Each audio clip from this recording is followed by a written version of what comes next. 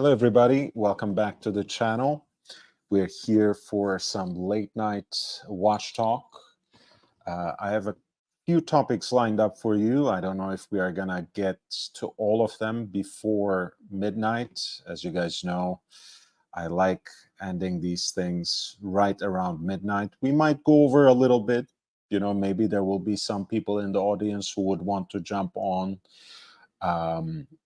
Maybe there would be topics that you would bring up. I'm always happy to go on for a little bit longer, but we will see.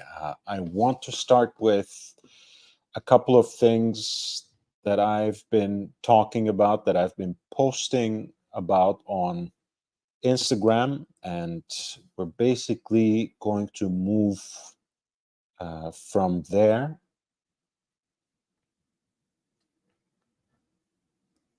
One of my followers on Instagram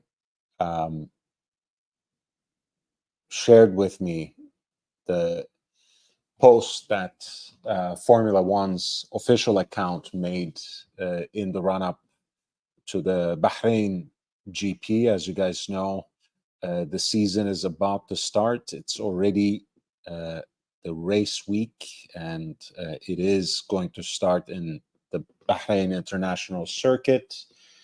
And they were basically, the Formula One official account was basically posting these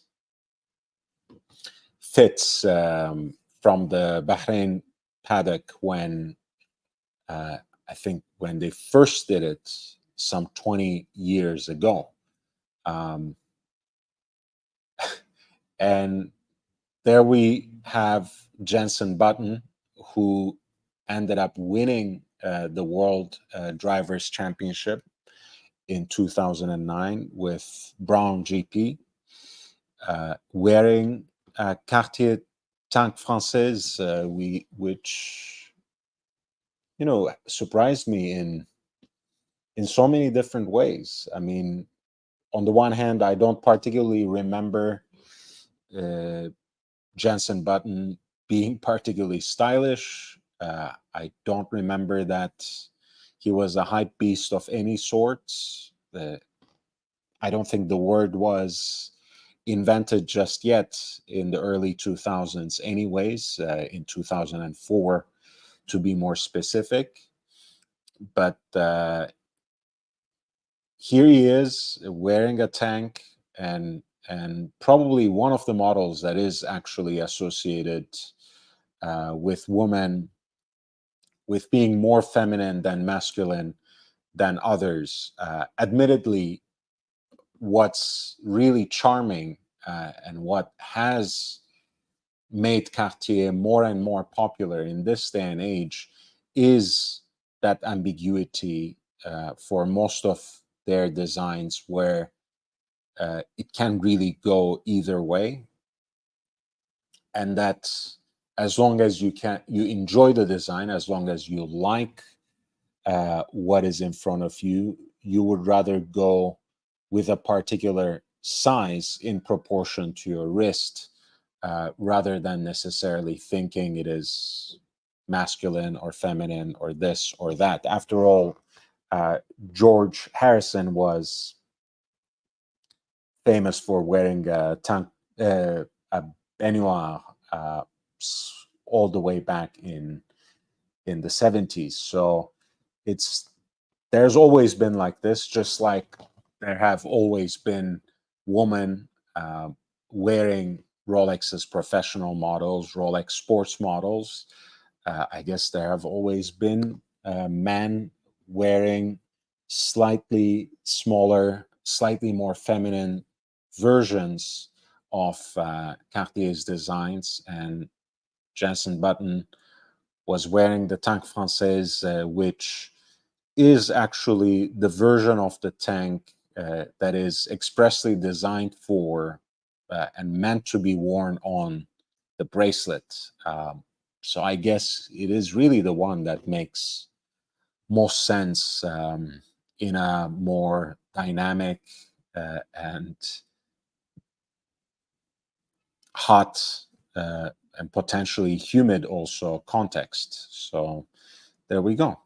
Jensen Button wearing the Tank Française, which has just received a refresh, of course, last year around this time, with a newly redesigned bracelet and maybe overall lines that seem to be a little more voluptuous in the way that they have a little more curvature. As you can see, the neo vintage example has links that are a little more angular and that seem to be, for that reason, a little more separated from each other on that H-link bracelet, whereas the new one has a smoother flow thanks to the more rounded edges of its discrete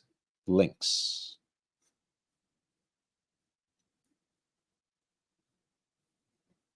Honestly, it caught me off guard, but at least it's another piece of another addition to the record, I suppose, where we see it's not Timothy Chalamet who has invented wearing feminine tanks on the wrist, right? It's not something that was invented in 2023.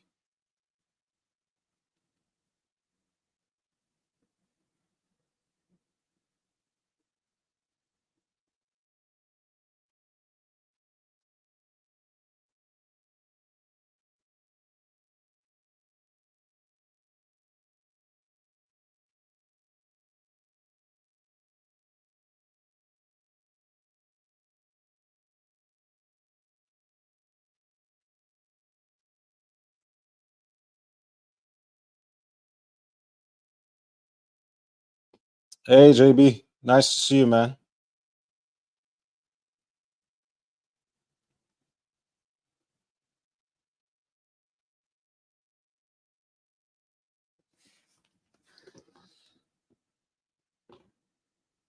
Uh, Interestingly, Lord Rothschild or Rothschild passed away today, the fourth Baron of Rothschild.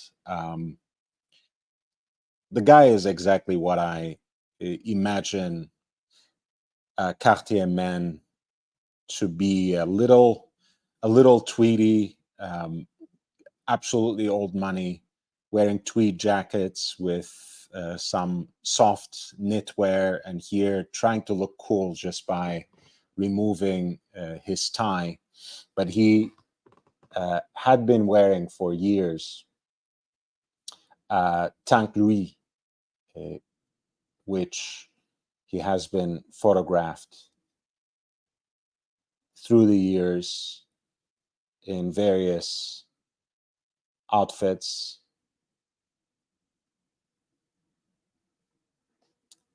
He passed away today, Zichrono Livracha. And Jacob Rothschild was, of course, an important art collector, a great philanthropist, and a financier, of course, coming from the famous banking family from which he broke off in 1980 to set off on his own path. And in fact, ended up amassing even more wealth on his own accord with the investment trust that he established, that is today known as the RIT Capital Partners, and he has led many different charity foundations and arts institutions. And of course, him and his family have uh, built a lot of things and benefited a lot of different causes in Israel as well.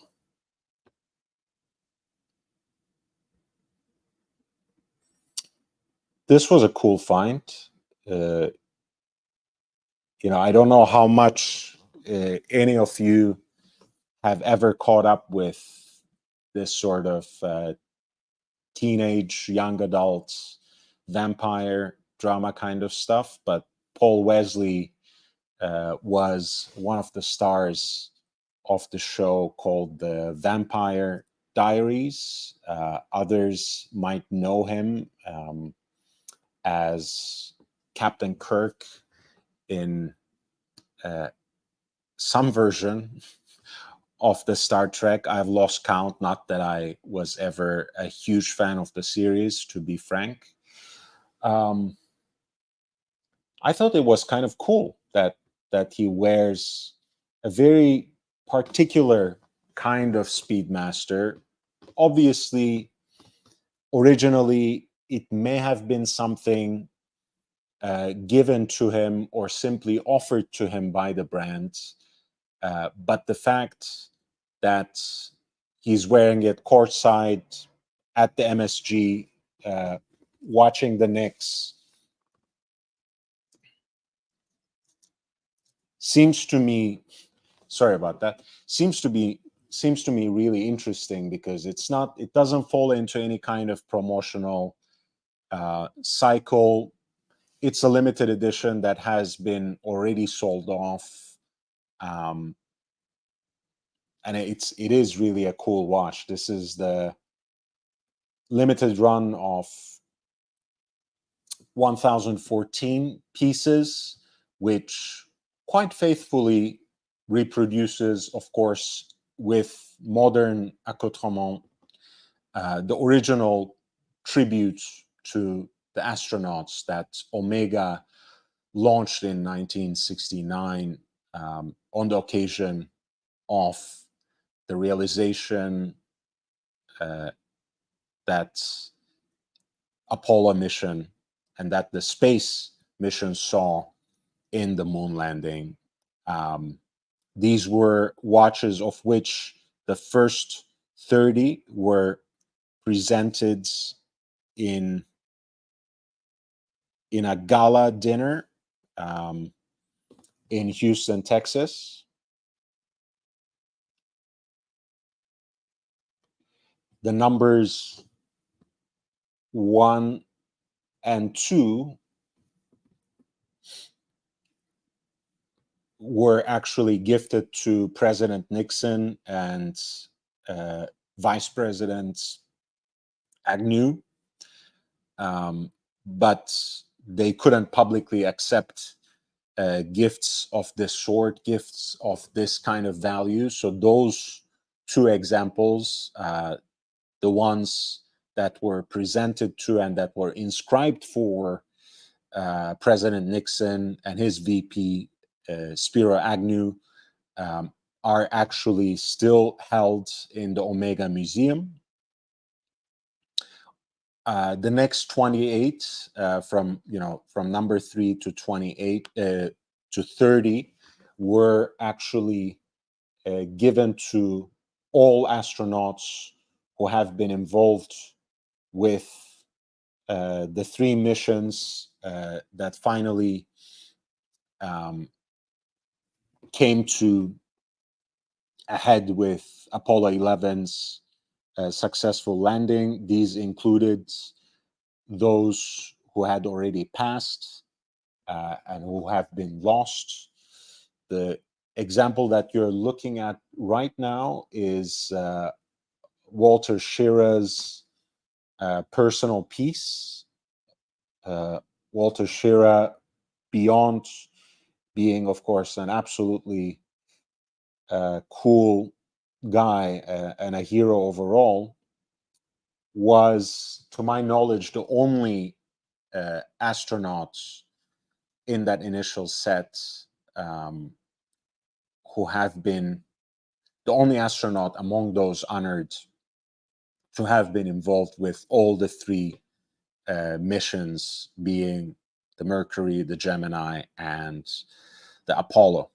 So these watches were inscribed by the name of the honoree, the missions that he was involved in, and with the motto to mark man's conquest of space with time, through time, and on time. And on the 50th anniversary of the moon landing, Omega decided to reproduce this remarkable occasion, which was then the first time they had produced the Speedmaster in gold. It was also one of the first occasions where they had what was then the new caliber 861 powering this watch.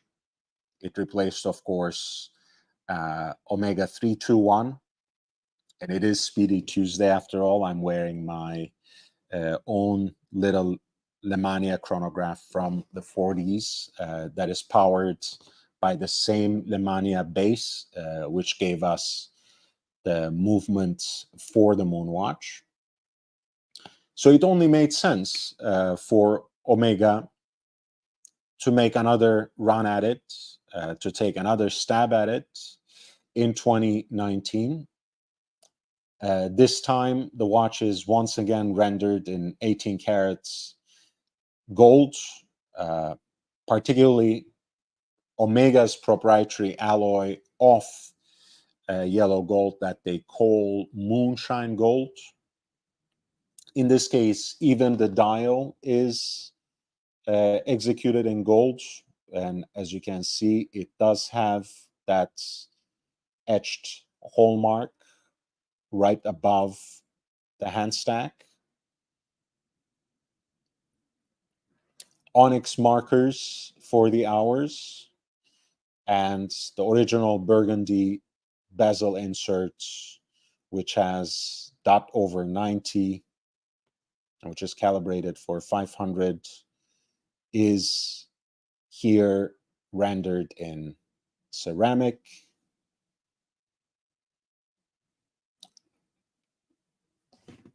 And this was the occasion that Omega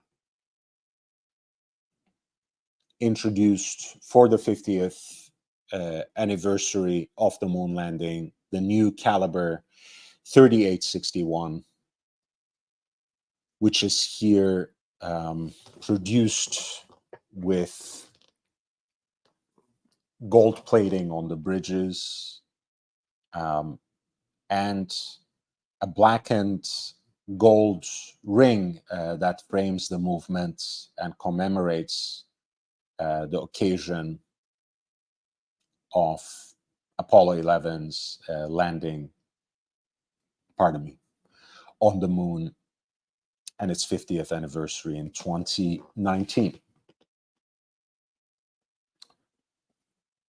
So yeah, it's fascinating that Paul Wesley has that watch among a few other Omegas, I must add, in his collection. But I think it's much more, shall I say, touching or interesting, at least, fascinating that he wears it so casually and, by his own admission, quite often.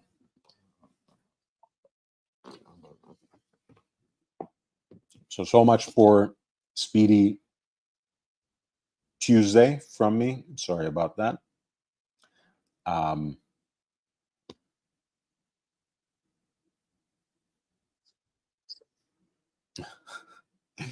right, we're doing that, it seems.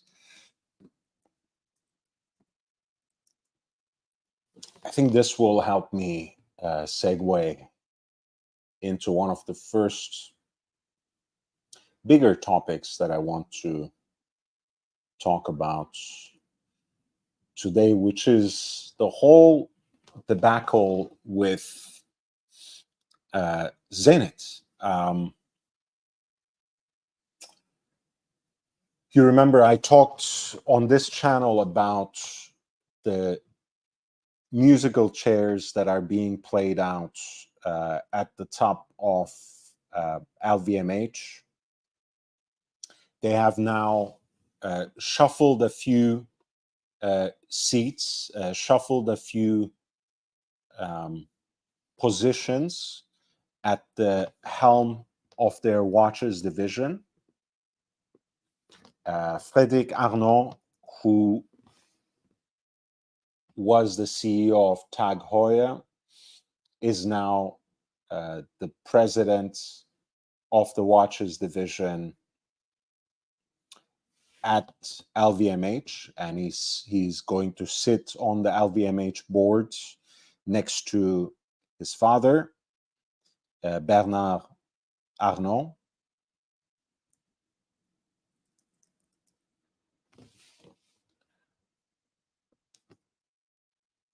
I have made a video about this about a month ago now, so I'll share a link to that,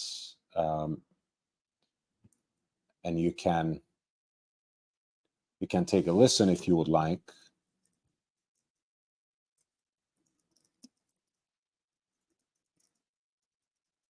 Later on, and feel free to drop a like there and leave a comment if you would.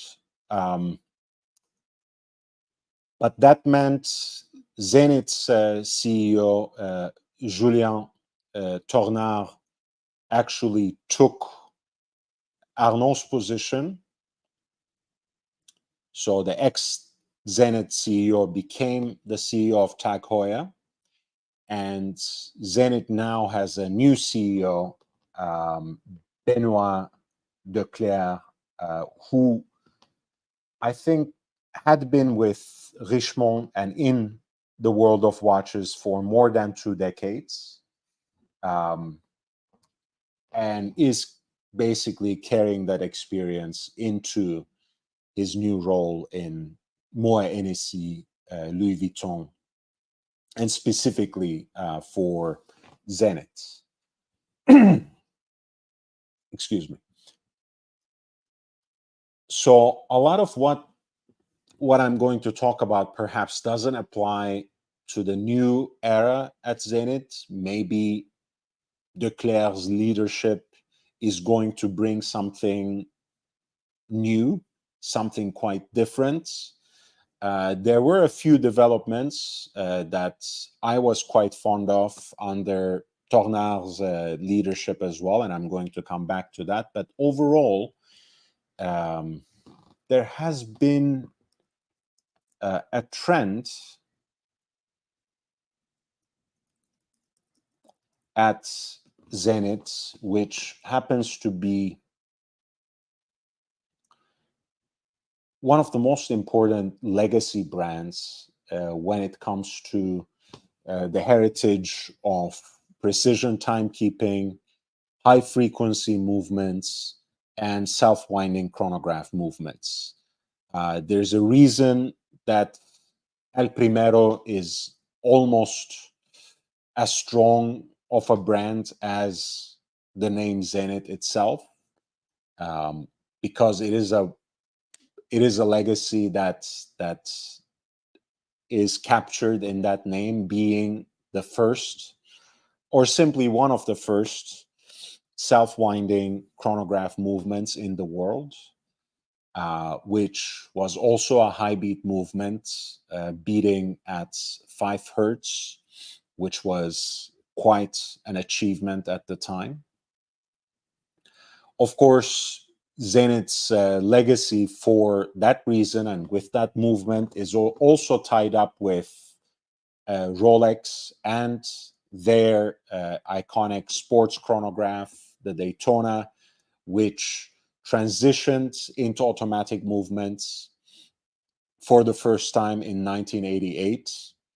And that generation, the so-called 5-digit, the reference 16520 base for the stainless steel model, used Zenith El Primero 400 as the base of its caliber 4030 until year 2000, until the turn of the new millennium. So Zenith has a very, very important legacy to keep, that is tied up in their contribution to chronometry, chronography, and high beat movements, of which the El Primero movements, their high frequency movements, is only one part.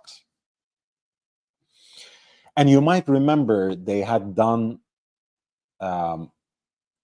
something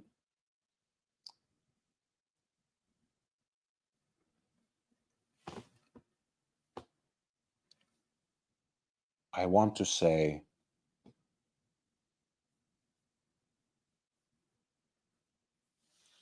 was it last year? No, I think it was late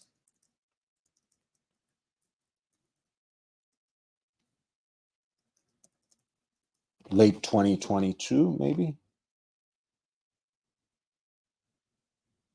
Sorry, mid 2022. They had released this limited series of 10 watches in collaboration with the Philips auction house, as well as the independent watchmaker Kari Voutilainen. And we're going to talk a little more about that. But that, I thought, was an interesting way of going about highlighting different aspects of Zenith's legacy and their contribution to watchmaking before the quartz crisis, without having to depend exclusively on the high frequency base and overall chronograph movements that were represented by the El Primero family.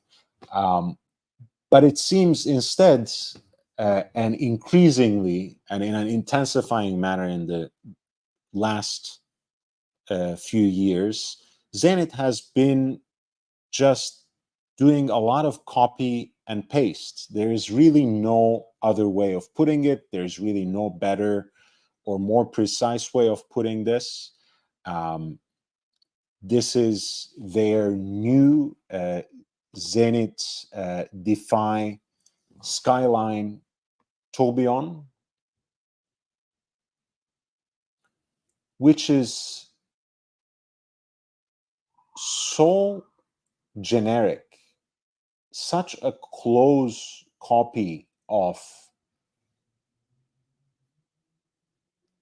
the most recent generation of Audemars Piguet Royal Oak flying tourbillons, that even the layout of the pattern on the dial follows this new cobblestone / exploding tapisserie design that AP introduced with the reference 26530.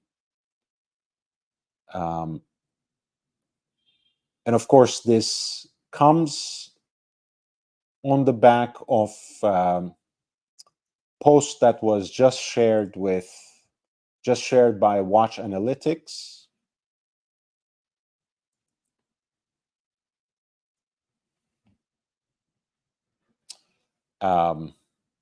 And they did it in a manner that's much more subtle than what I do on this channel.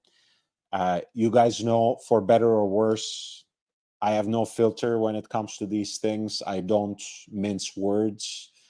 I'm not trying to, kiss up to anyone or become an insider for any particular brand. So I have no reason to actually try to temper my reactions to this sort of blatant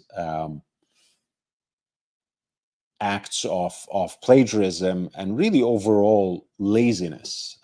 These are apparently three pieces that Zenith has produced as limited editions in collaboration with the Yoshida boutique in Japan. Yoshida is quite a time-honored dealer that a lot of watch brands collaborate with. I know Parmigiani Fleurier has done a lot of interesting things in collaboration with them too. Not to mention many other generations of earlier collaborations with major brands, but these are 3 limited series that they released over the last few years that are more or less carbon copies of some of the most popular versions of the Rolex Daytona, some of the most desirable versions of the Rolex Daytona that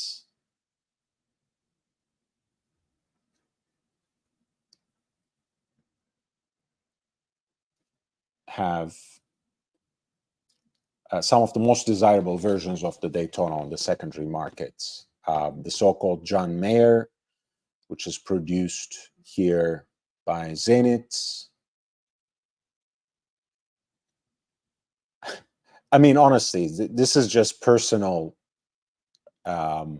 taste, of course. You know, if you have ever watched anything with me, any live stream, I have to complain about a date window at least once at some point in the flow. But really, it's a one-to-one copy with just the additional date window. And overall, I know it's just personal taste, but it just seems a duller, less interesting, and overall more unbalanced version of the original. The platinum from the older generation, the 116506, which was itself the 50th anniversary special for the Rolex Cosmograph Daytona.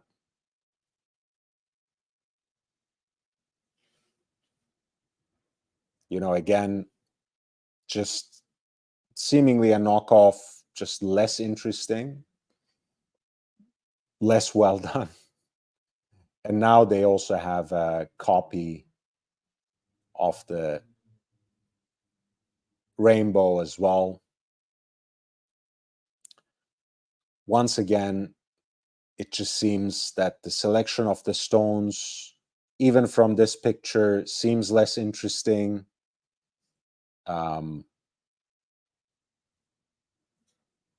The multicolored sapphire indices have been replaced with baguette diamonds, which some might prefer. Why not? The subdials are not treated in the way that Rolex did, which generates some additional visual interest. Once again, there's that nuisance of the date window at 4:30, which I just don't like. Perhaps some people need it. And you will note that the diamonds are missing from the lugs. And obviously, there are no crown guards in Zenith's design, so we can't chide them for not having any diamonds encrusted on there.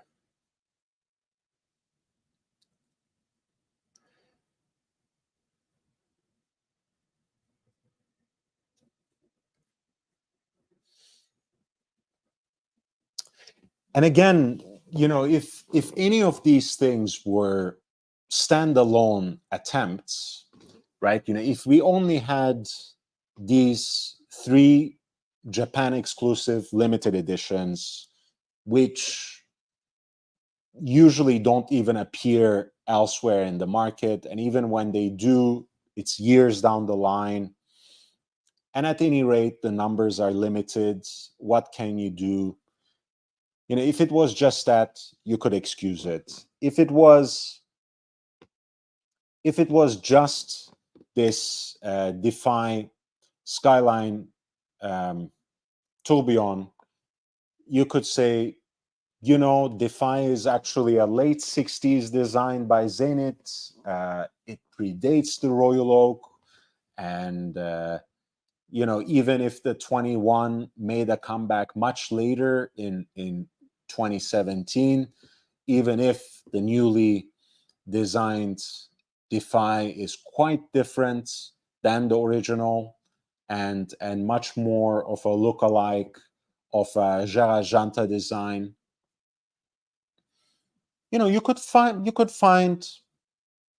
reason your way out of it. You could find excuses for Zenith, but it's not only this. It's also not only the three limited Japan editions, but I'm going to show you one more thing. And again, remember, this is all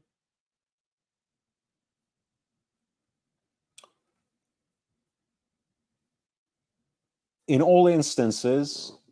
Again, admittedly, some of them are my personal preferences. They seem to be cutting corners as well, right? Here, for example, a lot of the diamond encrusting on the lugs was missing. The selection of the stones seems to be much less interesting, much less of an expert touch in terms of their gradation than Rolex's Rainbow Daytona, which is what really distinguishes that rainbow approach to gem setting a sports watch like this. The funny thing is, and you remember, I have covered Only Watch 2023, both with watches that were presented there and that were donated for the charity auction, as well as the aftermath of its cancellation due to the irregularities, inconsistencies, and the lack of accountability that have characterized allegedly the entire operation of the Only Watch. So for that occasion, for the Only Watch 2023, Zenith basically had donated this 4-piece set of the Zenith Chronomaster Sport. So nothing inventive, nothing innovative, nothing interesting, just a 4-piece set of watches with different dial colors. Now, again, this happens a lot, like in every occasion, every year for Only Watch, which, in addition to its charity aspect, is a platform that encourages, that even impels these big time makers and a lot of the independent brands as well to create something original, something unique, a one of a kind watch to attract more buyers and to encourage, in fact, higher bids for every single thing. There's always, every year, there's at least one or two brands, sometimes even more, that go this lazy route, that take the easy path and simply present a watch with just a different dial when you compare it to the usual production version. And you know, when it's big brands like Zenith, they turn a blind eye to it. They accept the donation and they put up the lot for auction. Now, what was interesting about this particular 4-piece set, which is again a testament to lack of imagination, to the lack of imagination and to the intellectual laziness that characterizes Zenith in present time. The 4 colors, yellow, pink, blue, and green, replicated 1-to-1 Rolex's Daytona Beach collection from early 2000s. And once again, you might ask, how did Zenith's watches differ from their Rolex counterparts? You would have guessed right that they were lesser watches insofar as they simply have lacquered dials, which present sort of a two-tone but generic shades of the color that they have chosen. Whereas Rolex's original Daytona Beach sets had in each instance a semi-precious stone dial.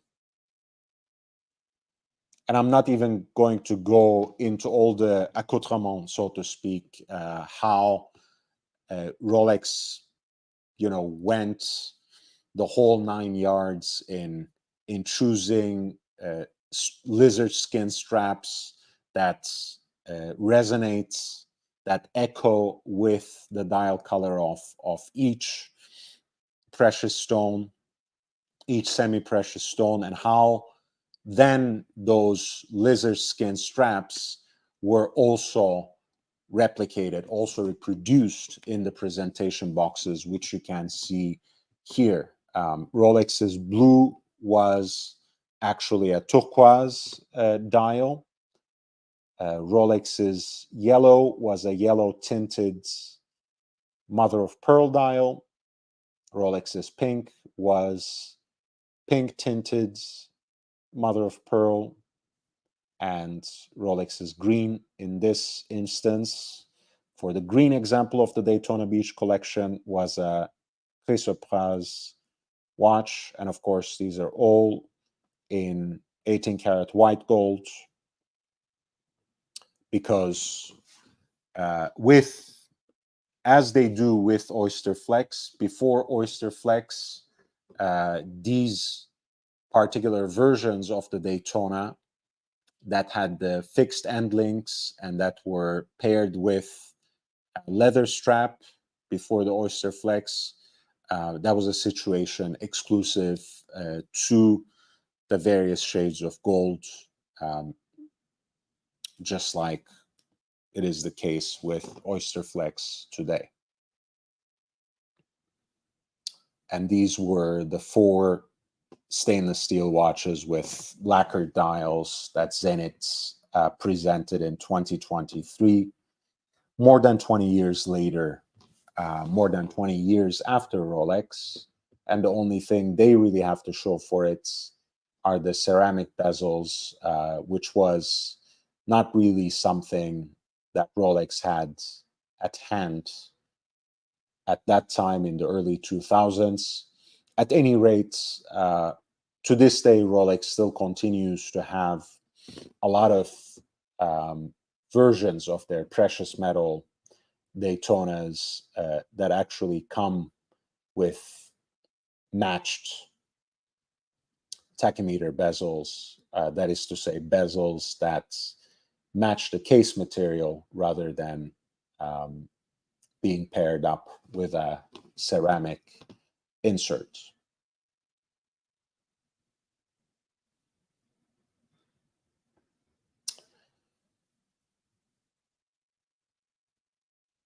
I thought now going back to that moment from mid 2022,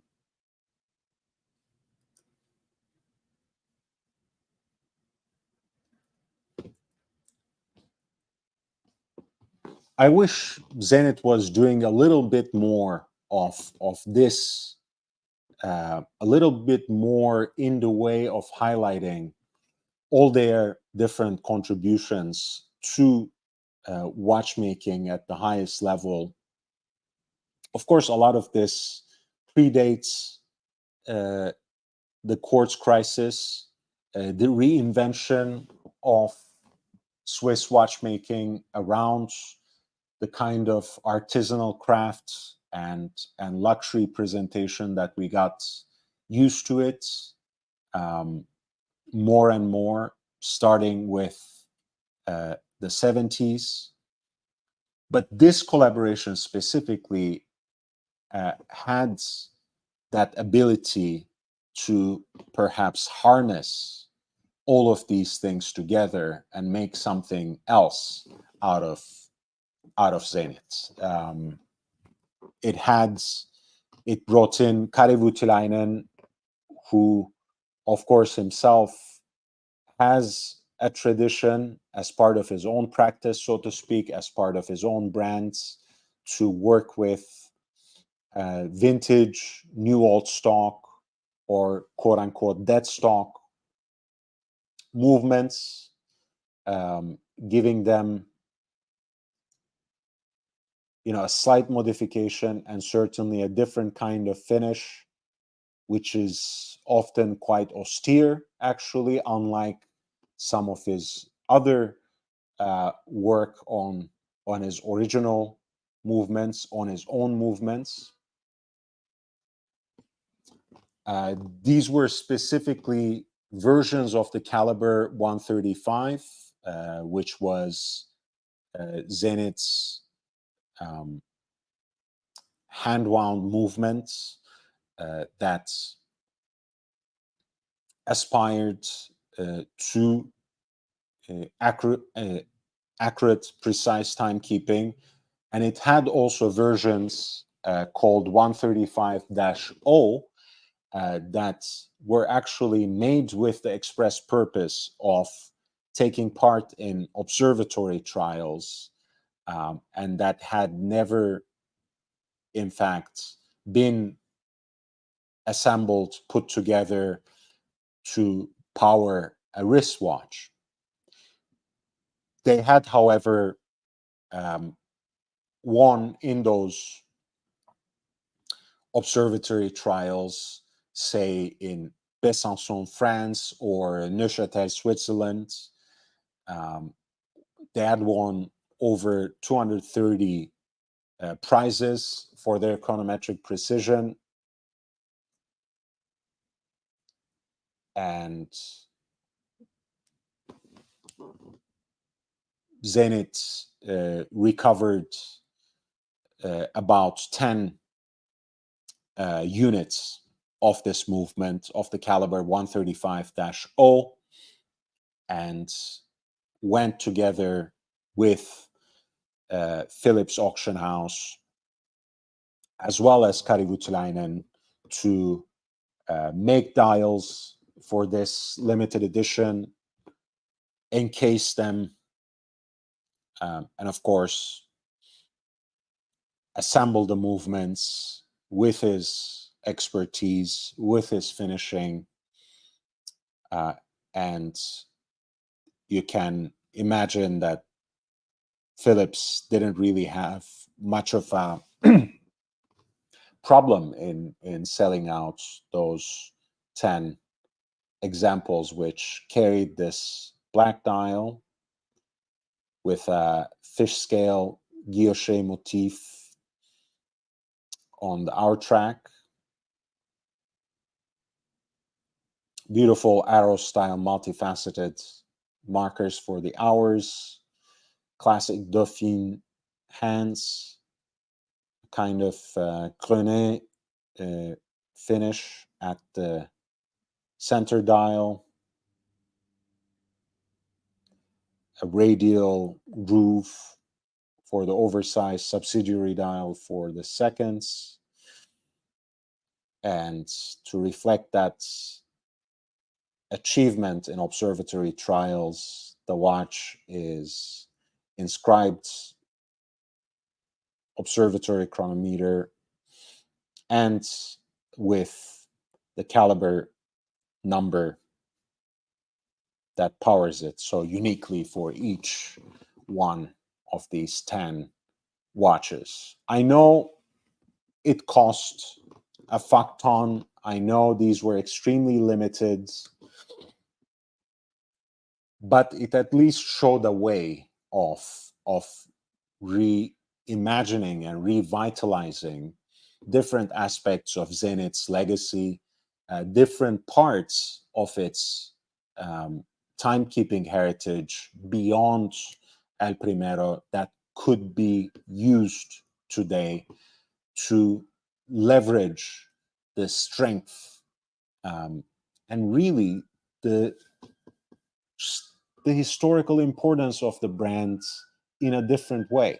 It's really a shame to me. But before I get to that, they also had a Salmon Dial example of it, which was pièce unique and which was sold for the Common Foundation, so for research on breast cancer. Anyway, I think it is really a very dire statement of affairs where their stablemates, their sibling brands from LVMH, like Dior, like Louis Vuitton, are doing more exciting things, more daring things with their El Primero base than they have been doing themselves in the recent years. Again, I'm not a huge fan at all of Louis Vuitton watches. I'm not a huge fan of Dior's new Chiffre Rouge line either. But at least they're doing something different, right? This was the Tambour 20 that Louis Vuitton released in a limited run of 200 pieces when celebrating the 20th anniversary of their watch manufacture. And it's a chronograph that's built on the base of the Zenith El Primero movement. More recently, Christian Dior, or simply Dior as they call it now, released a new lineup of watches under the heading Chiffre Rouge. And that includes a blacked out chronograph with red accents that's similarly built on the Zenith El Primero platform. Again, love it or hate it, and I have to say I hate it. At least they're trying to do something different, and I know it's easier for Louis Vuitton to do something different in watches. I know it's easier for Dior to do something new in watches precisely because they're not legacy brands in watchmaking. You could even say the same thing about Bulgari, right? One of the things that allowed Bulgari to have such a resurgence as a watchmaker in the last decade or so was this fact that they had some strong designs and even an icon, you might say, in the Serpenti for a woman's watch. But it was basically more or less a blank slate they were working with when it came to watches. Again, I know I'm being harsh. I know versions of the Octo were there. I know they had the Bulgari line and different iterations of that. I know they also sat on the remains of the Gerard Janta brand and Daniel Roth brand, but I'm pretty sure my point is coming across. You can say these three brands, which incidentally are all under the LVMH umbrella. I'm talking about Louis Vuitton's own watches division, Louis Vuitton, the brands, not the conglomerates, Dior and their line of Chiffre Rouge watches, and Bulgari's watches. All of these three brands have been doing so much more different things, so many more exciting things compared to Zenith, that is either replicating what is out there um, or outright copying other brands, where they should try to find ways, as they did before, and as they have perhaps tried to do with the caliber 135.0, they should find ways to set the trend themselves, because after all, that is the kind of brand that Zenith was in a bygone era, again, with the contributions they made to chronometric precision, high frequency movements, and self-winding chronograph movements. JB, thank you for being here. $9.99. I like the box matching along with the stone dials. Yes, that was JB talking about Rolex's Daytona Beach series from the early 2000s. You guys might know that these were an absolute flop when they first came out. Um, Again, of course, there's always exceptions to the rule. There were some early and usually female adopters of the Daytona Beach collection. Overall, they were understood to be too feminine, too colorful.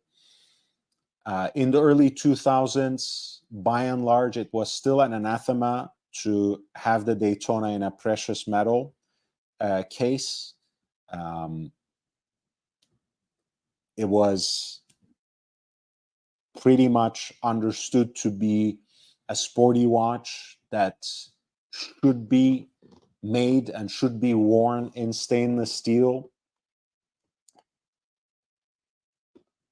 So these were pretty much a slow burner until it came to the more recent hype that was ignited with the release of the 116-500 LN series and the introduction of ceramic bezels, which took the Daytona to the next level, which then gave it such a strength through that hype that anything and everything that was Daytona suddenly became more valuable and more desirable. And ultimately, of course, people looked back at this funky bunch as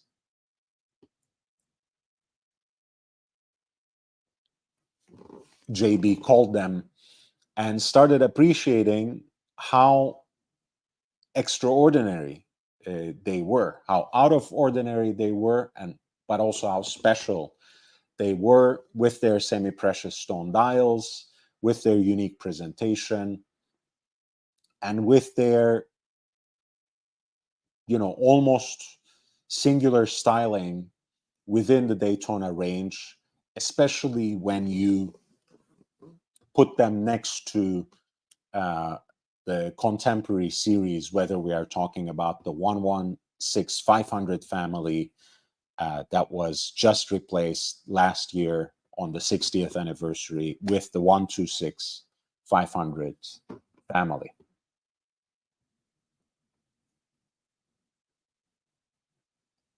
Yeah, I've always loved the green one, to be honest. And at the time where they were selling for what was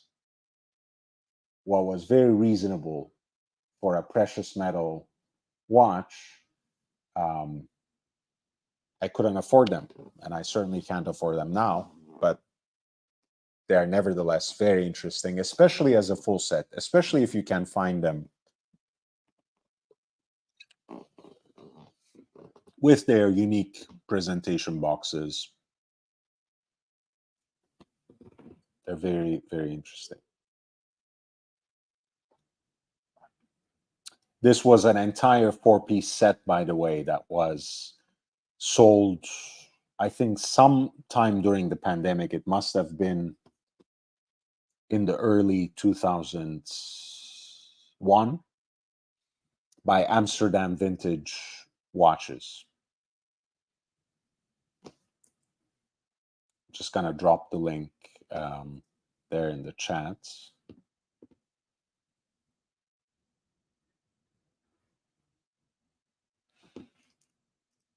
By the way, I had mentioned Parmigiani earlier in the broadcast, and man, there's some interesting news. I had heard of the Sandoz Family Foundation wanting to put Parmigiani for sale before their recent resurgence, before the appointment of their current CEO, Guido Terreni, who came to them from Bulgaria and who had already done some interesting things and has been very successful in Bulgaria. And Parmigiani was one of those brands, like Chapek, you might say, that had secondarily benefited from the post-pandemic hype around watches, the post-pandemic investment-oriented outlook on watch collecting. Of course, none of that compares to how Rolex, Patek Philippe, and Audemars Piguet and brands of that stature have benefited from that resurgence, you might say, purple patch speculation, because we might argue in so many different ways about the so-called Holy Trinity when it comes to the top of the horological pyramid, but it pretty much goes unsaid and uncontested that these three brands form the Holy Trinity of hype, right? Rolex with their Daytona, Patek Philippe with the Nautilus, and of course Audemars Piguet with the original Gérard Genta design from 1972, the Royal Oak. But be that as it may, even smaller brands that had something interesting, something different to offer to the markets, and that could envelop that originality, that approach in familiar packaging, which was in this case the integrated bracelet sports watch, the Chapek Antarctique in one case, and Parmigiani Fleurier Tonda PF in the other.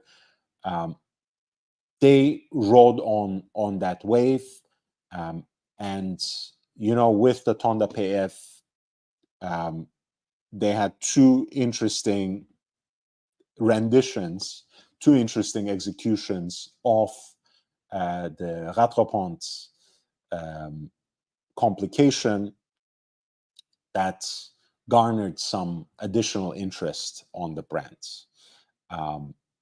If you could take a moment to hit the like button, I would really appreciate it. If you have any questions, if you anything watch related, you can always drop it in the chat. If you want to contribute to the channel, you know how. As you guys know, at this channel, I intentionally don't take any sponsors because I don't want to serve another master. I don't want to be the mouthpiece of some gray market speculators or some industry insiders or an auction house for that matter. I'm trying to do my own thing and work only for my audience, but that also means I'm beholden to you. So if you want to contribute, of course, YouTube offers a number of opportunities. With the membership, you get access to exclusive contents. And of course, the links in the description will provide you more chance to contribute in your own way. Coming back to Parmigiani, there were already rumors that they might be changing hands, that the Sandoz Family Foundation would put them up for sale before the appointment of their current CEO, Guido Terreni.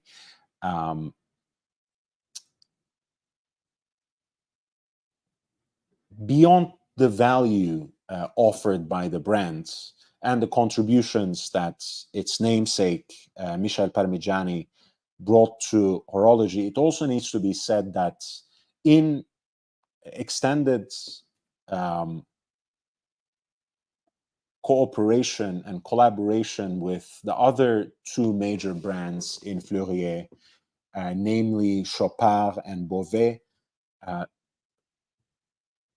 through Parmigiani, the Sandoz Foundation has built a veritable ecosystem in Fleurier that at least aspire to rival Geneva and Plan-les-Ouates in every aspect, to the point that they even tried to come up with their own standards of testing and certification that were even more rigorous and uncompromising compared to the hallmark of Geneva, right? The Qualité Fleurier.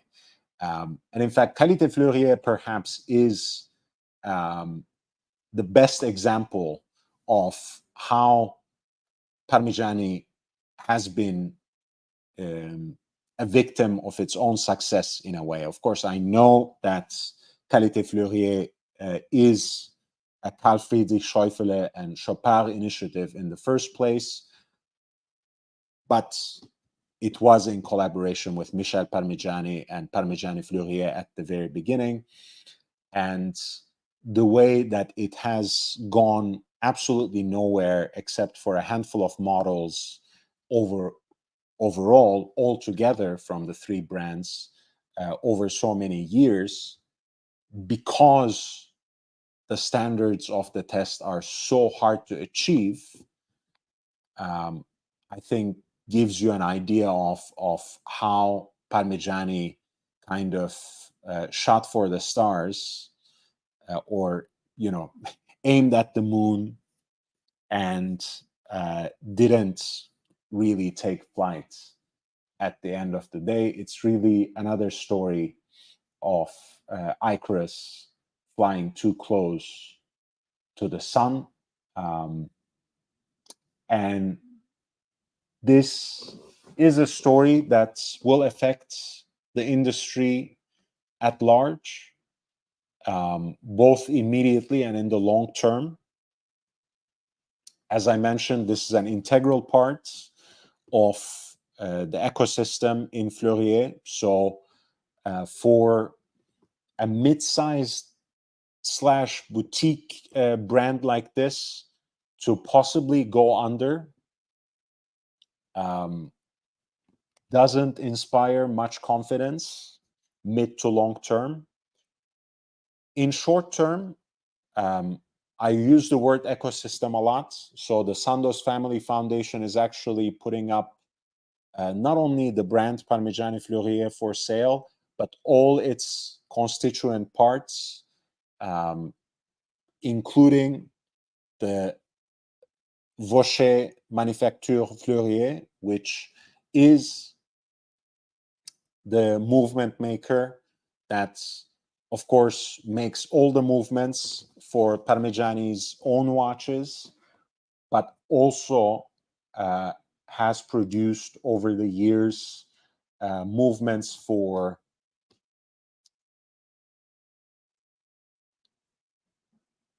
Audemars Piguet, movements for Richard Mille, movements for Gérald Charles, and so many other brands. Of course, Hermes perhaps shouldn't go unmentioned. They hold, I believe, a 20 or 25% stake in that manufacturer, in that movement maker in Vaucher. And their sports watch H08 is built on a caliber that was designed exclusively for them by Vaucher. That's called H1837. And that H1837, by the way, forms the base of some of the more complicated watches that Hermes has made over the recent years. And that includes, of course, their particular and very interesting take, Le Temps Voyageur, which both in its masculine and feminine mid-sized and full versions won the Grand Prix in Geneva just 2 years ago. This was a piece of news, the piece of news about Parmigiani's sale by the Sandoz Foundation was first broken by Miss Tweed and is covered here by Watch Pro. Thank you, Dexterius, 5 Canadian. Are there any auction houses you recommend in Canada? I'll get to that momentarily. JB says, I'm all for the minute rattrapante. The snapback resets to the closest path is something PF came up with. It worked great on the wrist at Watch Time NY. Minute rattrapante was a little obnoxious for me. JB, if you know what I mean, as much as I like that particular take on the complication, I feel like it's again, it's perhaps trying too hard to deliver a complication that is already served quite nicely by a timing bezel, right? And I understand, I get it. I get it, but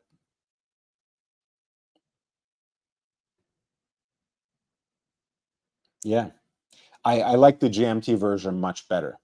But in general, right, both of these pieces with their accented additional hour or minute hands brought something fresh, a fresh approach to the complication, a new way of rendering the GMT or reference time idea on the one hand, and timing short intervals on the other. And I think both were welcome. Dexterius, thank you for your contribution. For Canadian auction houses, I have to admit, I don't know any significant ones that focus on watches when it comes to, in Canada when it comes to watches. I know in the past, I have seen a lot of interesting pieces go for very cheap in the federal auction websites. This is kind of like the ones done in the US, sometimes with the police forces or other government agencies that seize certain kinds of property and then put it up for auction. And because they are not under the spotlight so much, because they don't receive so much coverage as the major houses such as Christie's, such as Sotheby's, such as Phillips, such as Bonhams.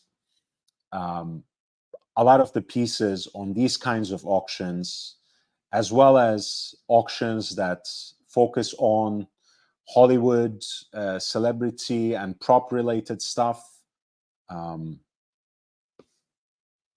These are some places that can give you a good deal if you know what you're getting into. And I would always say that should come first, right? You doing your homework,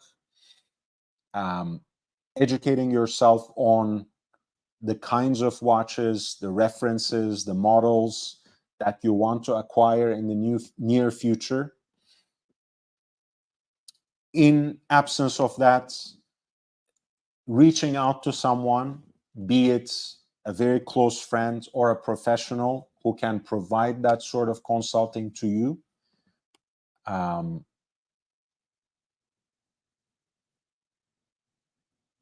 In the absence of that, if you want to get into a low risk, high reward kind of situation where you know more or less what the market value is and you know more or less what would be an absolute steal, you can take a stab at the federal auction .ca.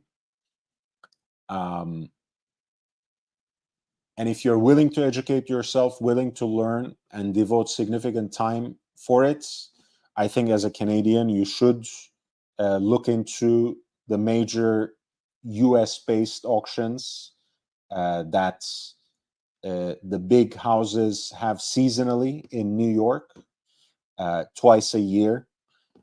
Sotheby's, Phillips, and Christie's have major watch-focused auctions in New York. So especially if you are on the east coast of Canada, there's not much difference, except, of course, the borders that separate us. And I know that must have been your main concern in asking this question, but that's what I will say. Billie Jean says, in relation to the Parmigiani Fleurier brand going up for sale, someone like Oris or LVMH should acquire this. You know what I was going to say? Hermes should acquire them because LVMH has already been making moves in establishing their own facilities around La Fabrique du Temps, which was a high complications workshop that they acquired many years ago. They brought Daniel Roth brands in-house through Bulgari. They brought Jarajanta brands in-house again via Bulgari.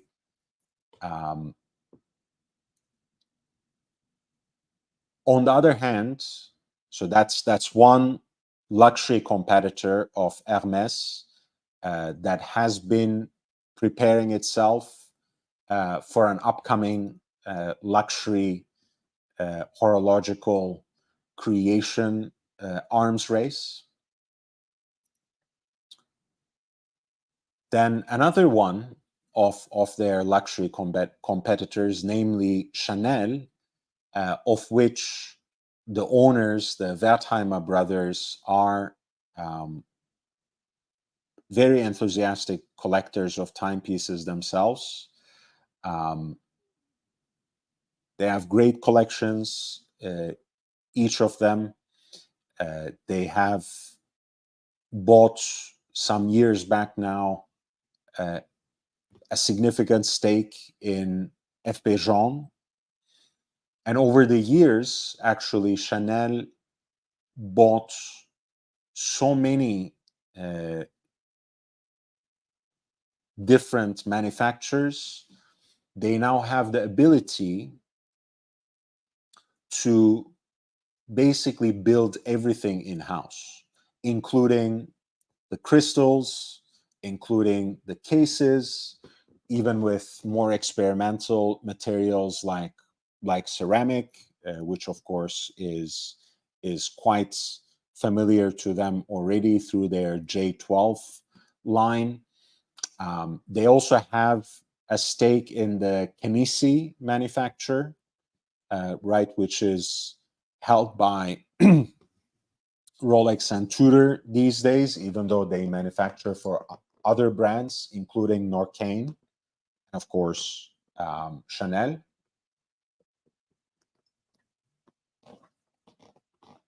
So I would say if Hermes can, they should at least try to get Vaucher. They should at least try to complete basically their minority stake in the movement maker into a full ownership. Because if they want to rival Louis Vuitton or Chanel or even Bulgari, which are more direct competitors to them than brands like Rolex or even Cartier when it comes to watches, or if in fact the condition of the sale is buying the entire selection, I think they should still go for it, right? Much like the way that Louis Vuitton brought Daniel Roth and Gerard Janta in-house to basically revitalize, refresh their horological offerings and bring new attention to themselves as actually a watchmaker. Make of that what you may, but that is the marketing shtick. That is the narrative that they're running with. Hermes can do something quite similar by basically purchasing that entire ecosystem with the movement maker at heart, with the capabilities of making anything and everything watch related in-house, and potentially also banking on the models and complications that have been produced by Parmigiani Fleurier over the years. That would be great for Hermes. They may or may not keep that brand as a separate name. I think Hermes's way would be to completely absorb it if they actually end up buying the brands and everything that goes with it, rather than simply buying the movement maker Vaucher outright. And I think that would be a wonderful way for them to expand on what they have accomplished over the last handful years, really, with Hermes HO8 and some of their complications, including their travel watch, Le Temps Voyageur. And again, this might seem like peanuts, right, from our Rolex centric and Patek and AP focused perspective. But these were the watches that actually generated some interest in Hermes watches and in men's watches from Hermes in the last years. I think HO8 was actually the first model in their recent history where they actually had more demand than units produced when it came to men's watches. So they should, in fact, double down on that success and take some risks and if anyone would have resources to take on this from the Sandoz Family Foundation, to buy the entire vertically integrated system in Fleurier from them, including Parmigiani Fleurier, the brand, including Vaucher manufacture for the movements, it would be Hermes. I have not actually read the article, so I want to share that in a minute. But Ali Reza, who is a member of the channel, and much like my friend JB, a great supporter of this channel, $10.03, as always, very specific. Playing mind games again with those numbers, making me think. I don't know what the reference is, but let me read his contribution to the discussion. The Zenith AP clone is a disgrace. This is what we were talking about earlier in the show. This was basically their new release called the Zenith Defy Skyline Tourbillon, which almost in every aspect of its design replicates something of the reference 26530, the most recent generation of the Royal Oak Flying Tourbillon. Ali continues and commenting on Parmigiani Fleurier.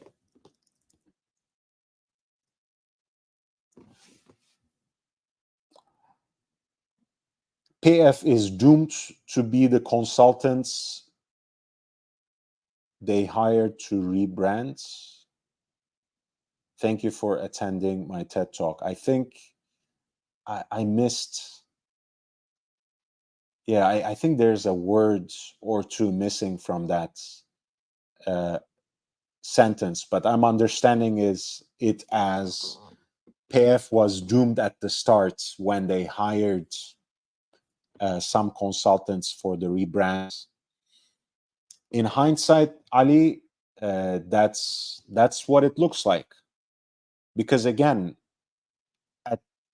at the beginning, when they brought in the new CEO from Bulgari, Guido Tardeni, they were riding high. But it seems that was mostly due to the speculated and much inflated state of the markets that they were also, if only secondarily, benefiting from, rather than any particular achievement of their own, unfortunately.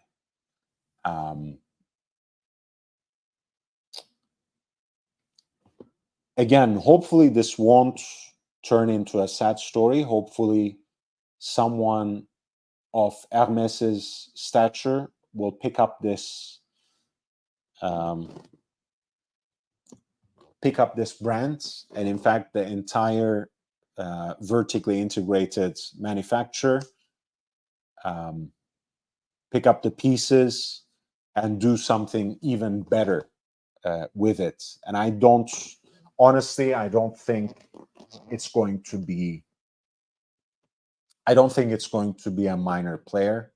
I don't think it's going to be someone entirely new coming into play. My other idea, although this probably would have happened before things became public, before the potential sale of the brand even made news, maybe Chopard can absorb them if they have even bigger aspirations as a watchmaker. And I don't think that will happen, because I feel like Carl Friedrich Schäufele is much more interested in that boutique approach, even though they have grown and somewhat expanded over the years as well. But that has always been according to their own measure. Remember again, I mean, Schäufele was one of those guys who could have bought Universal Genève, and he could have done that instead of resurrecting the Ferdinand Berthoud name, and turning that into an even higher, an even higher level of above Chopin and their LUC manufacturer, which already aspires to a lot, as we have talked about, to the hallmark of Geneva, to the Geneva seal, as well as what stands above it in terms of their own standards, Qualité Fleurier, which they themselves seem not really interested in at this point. So I thought, if Schäufele would have been interested in it, we would have only learned about it after he has acquired it, after Chopin came up with the plans or announced the plans to absorb it. So I don't think that's going to happen, although in the back of my mind, that's still perhaps a possibility. But I think it's only a brand like Hermès or Chopin that can really undertake a purchase and merger of this kind. I really don't think this will be a new investor coming into play. By Swiss watchmakers' standards, Parmigiani Fleurier is a new atelier which may never have grown in size or status were it not for its founder, Michel Parmigiani, securing the support of the Sandoz Family Foundation. This is Rob Corder relating the news that were first published at Miss Tweed for Watch Pro. The Sandoz family, this is the family behind Novartis, or rather one of their heirs who was more interested in arts and horology than pharmaceuticals. That's the beginning of the Sandoz Family Foundation. They might be described as venture capitalists for the art world, but it would be more accurate to say they are art enthusiasts with a mission to support creative individuals and institutions. Ali Reza, thank you. He gave 5 new memberships, and JB, Billy Jeans, Robert Cairns, Marine Layer, and Medio Centro were the lovely people who have benefited from this, who have benefited from Ali Reza's generosity. Thank you, Ali. Let me continue with the article from Watch Pro about the impending sale of Parmigiani Fleurier by the Sandoz Family Foundation, which began its journey into watchmaking with its investment in Michel Parmigiani in 1995, and has since been acquiring stakes in businesses that together can autonomously produce complete watches and all their components. This is what I was talking about in terms of Parmigiani Fleurier standing as a vertically integrated manufacturer in Fleurier that can build a watch from scratch. I'm sorry, it's been a long day. I do apologize. I seem to be losing my voice and really messing it up in terms of even speaking today. So I do apologize, but as you guys know, I have been warming up again to this more regular live streaming schedule. Hopefully, it will stay. This mission of the Sandoz Family Foundation led to the acquisition of MBBS in 2000, since renamed as Autocalpa, and manufacturer of gears for watchmakers. Sandoz's investment helped the business to expand into producing more sophisticated components and assembling completed regulators. In that same year, in 2000, the foundation bought Les Artisans Boîtiers in La Chaux-de-Fonds, which is a specialist in high-end case manufacturing. Alvin was the next purchase in 2001, which brought the manufacturing of precision tools, software, and watchmaking machinery into the operation. Complete movement maker Vaucher Manufacture Fleurier, which remains partly owned by Hermès, joined the fold in 2003. Dial maker Cadrance et Habillage was assimilated in 2005. So basically, they have been able to build their own watches autonomously for 2 decades almost, since 2005. The result is a network of companies that collectively have almost every manufacturing process covered, and a globally respected brand in Parmigiani Fleurier as its public face. Now, however, the Sandoz Family Foundation appears ready to disband and sell off the businesses from its watchmaking center. According to Miss Tweed, who originally reported the news, with first-hand knowledge of that decision, Parmigiani Fleurier and several other watch component suppliers have been put up for sale. Sandoz Family Foundation is famously private and has not responded to WatchPro's request for details. So we don't quite know what the conditions and preconditions of that sale would be. As I mentioned previously, I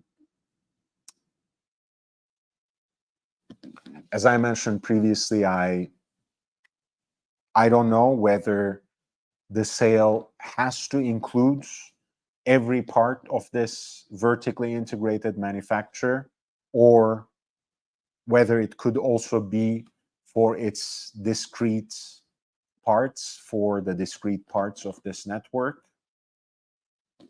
In either case, I think someone like Hermès should jump the gun and double down on their aspirations in watchmaking and buy the entire thing anyways. But they will have to at least get the movement maker, the Vaucher Manufacture, because, again, Hermès has just rehabilitated and even jump-started their men's watchmaking for the first time in generations, and they can't risk losing the very core that powers that revival. They just can't risk it. I think they have to buy Vaucher. At least if they can't buy it separately, they have to double down and get the entire thing. And as we mentioned, and as WatchPro repeats here, Vaucher actually makes movements for Audemars Piguet, the new 37mm reference of the Royal Oak, 15550, is powered by a movement that's been designed for it by Vaucher. Hermès, the HO8, Le Temps Voyageur, among others, use the H1837 as a base. Richard Mille has many watches that use movement blanks and movement designs from Vaucher. So once again, this is a sale that will impact a number of brands directly, whether they want it or not, in the short term. Midterm to long term,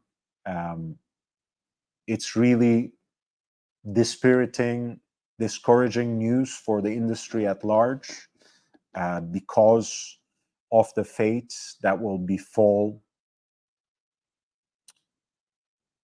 a more boutique watchmaker that's aspired to that sweet spot, aspired to that medium between just being something of really a boutique manufacturer that made less than 1,000 or so watches, and remained an independent maker, but aspired to become, in fact, perhaps a more prominent brand, a more serial maker, in about 30 years of its existence, but didn't yet reach that potential. This sale might, in fact, mean the loss of that brand name altogether. But hopefully, the ecosystem that was built, the vertically integrated manufacturer that was assembled in that effort, will be salvaged and will be pieced together again. Hey, Robert, nice to see you, man.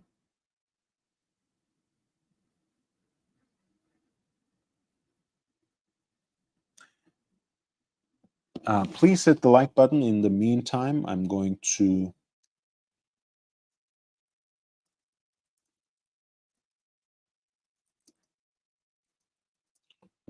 shift gears again, and this time actually go to an auction preview by Ineichen that's operating out of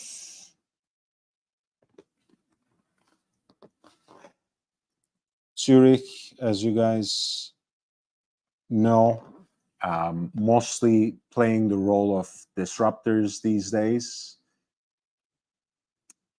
You might remember they recently had a top Rolex auction, which didn't go anywhere, of which 39 lots out of 50 were not sold. So we'll take a look at the auction they have currently.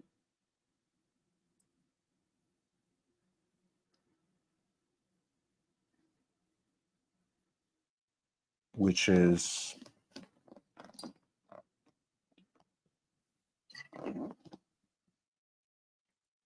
a very promising curation, though I don't know,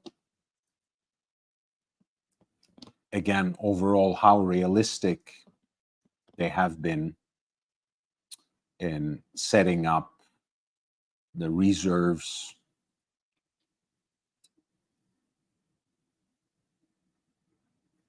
and even the fixed prices for this particular auction.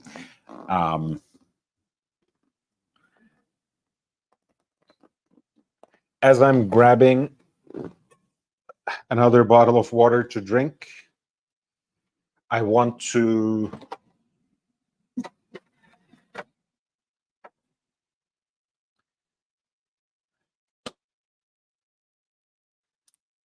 remind you of once again the value of educating yourself. I think in each case, you should know that I don't endorse any of these auction houses, even though I do highlight a lot of their curations, a lot of their auctions on a seasonal basis, and sometimes even more often.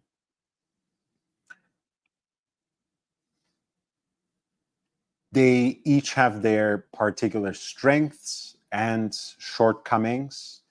And I think just about every single auction house has some skeletons in the closet, so to speak.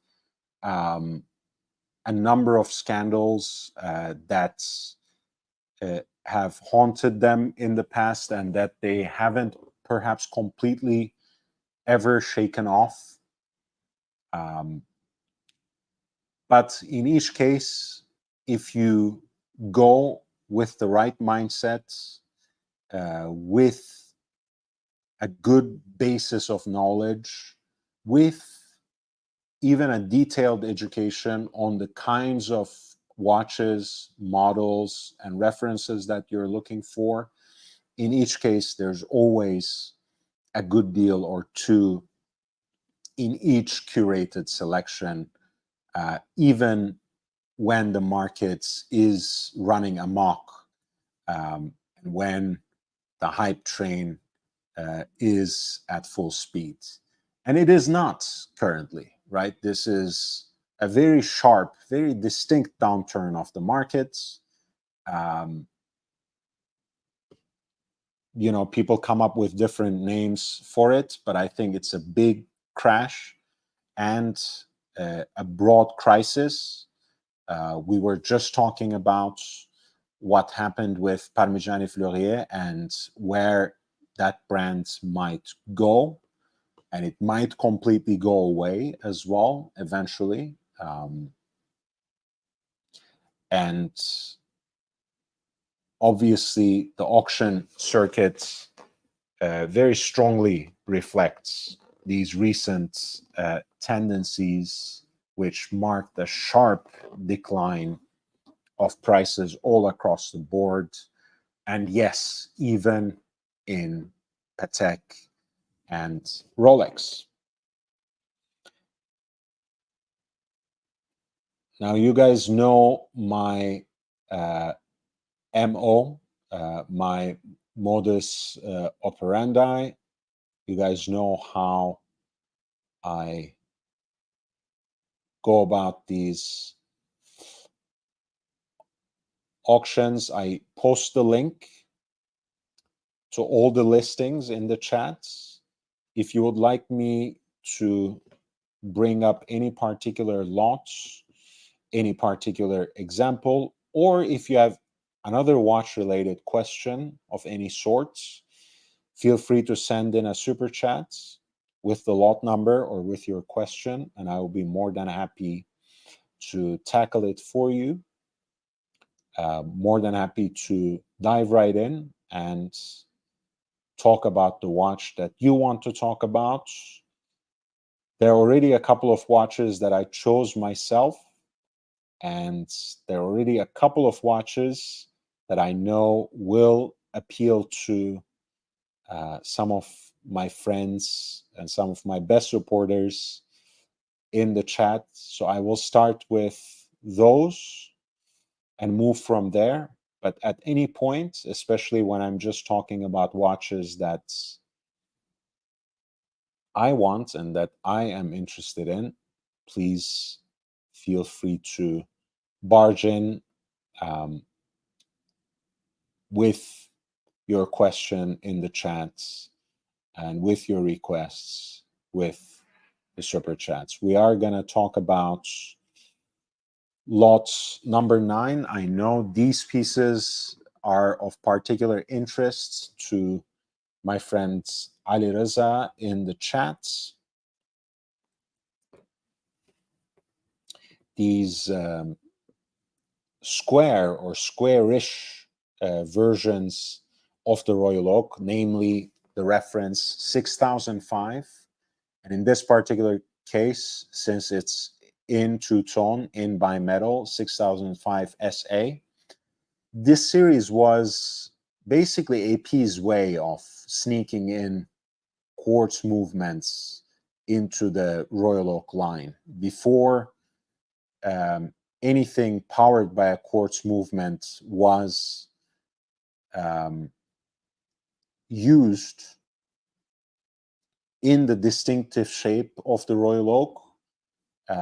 They were used in the reference 6005. After that, many different versions of the Royal Oak started appearing with quartz movements over the years. And there are some interesting references within that selection too, which we can talk about on another occasion. But these present an interesting point in the brand's history, in the development of the Royal Oak collection.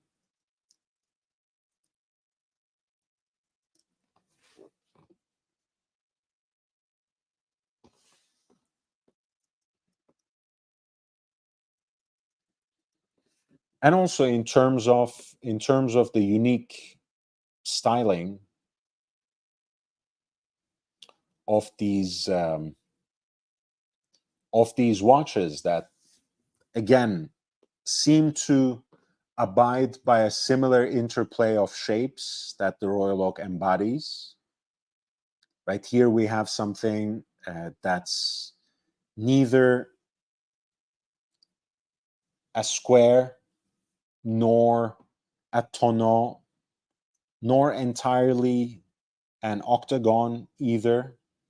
An integrated bracelet watch that has the same bracelets, the same conveyor belt style, industrially styled bracelet as the Royal Oak, the same tapisserie dial, the same pantograph drawn dial that was so distinctive in its particular shades, the grayish, bluish black for the Royal Oak, Bleu Nuit, Nuage 50 tapisserie dial. These were made, I believe, from 1980 to 85, so they are quite rare. Also, mind you, the production numbers of AP were significantly lower than they are now, which is relatively low still.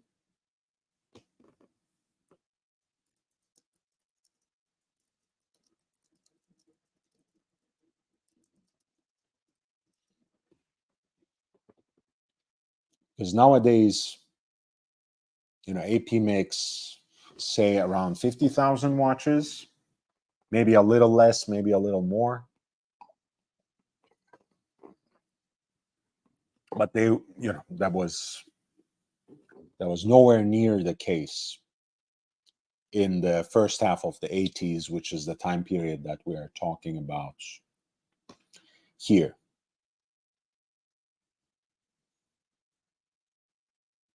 This is lot number 9 for the reference 6005 SA, the two-tone version of the quartz-powered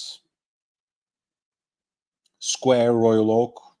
You might say a tank Royal Oak hybrid that has an integrated bracelet approach. There's a fixed price set at 9,100. The piece is already being bid at 5,250 in US dollars. And there's right around 6 hours and 30 minutes left until the hammer.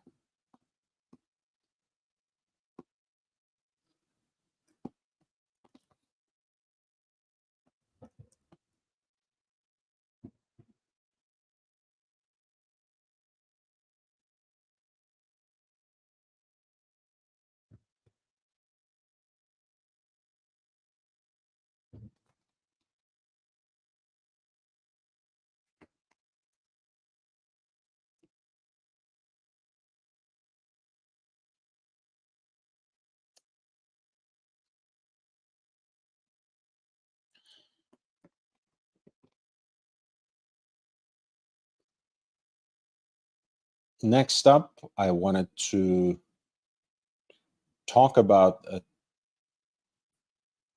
Rolex Daytona.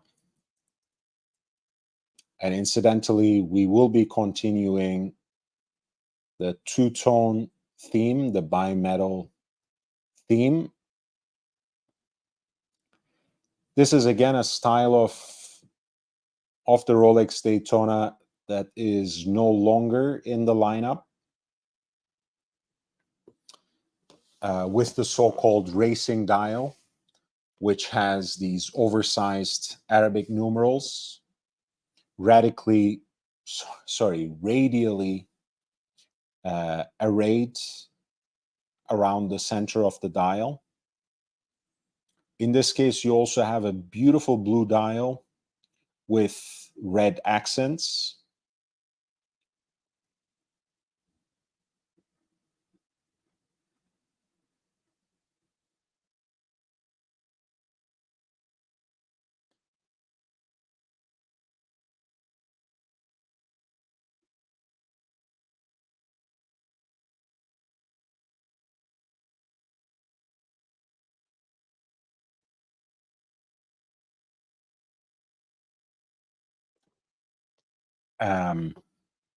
The trivial information here would be that I know at some point in time, and not too long ago, but long ago in the past, where the Daytona hype hadn't taken over everything, Archie Luxury, Paul Pluta had an example of exactly this watch that he called the Maserati dial, which I think is an interesting nickname for it. So essentially, you have the 6-digit Daytona in two-tone, the reference 116523, which runs on the caliber 4130, Rolex's first in-house movements for the Daytona. It took them long enough. First automatic in-house movements as well.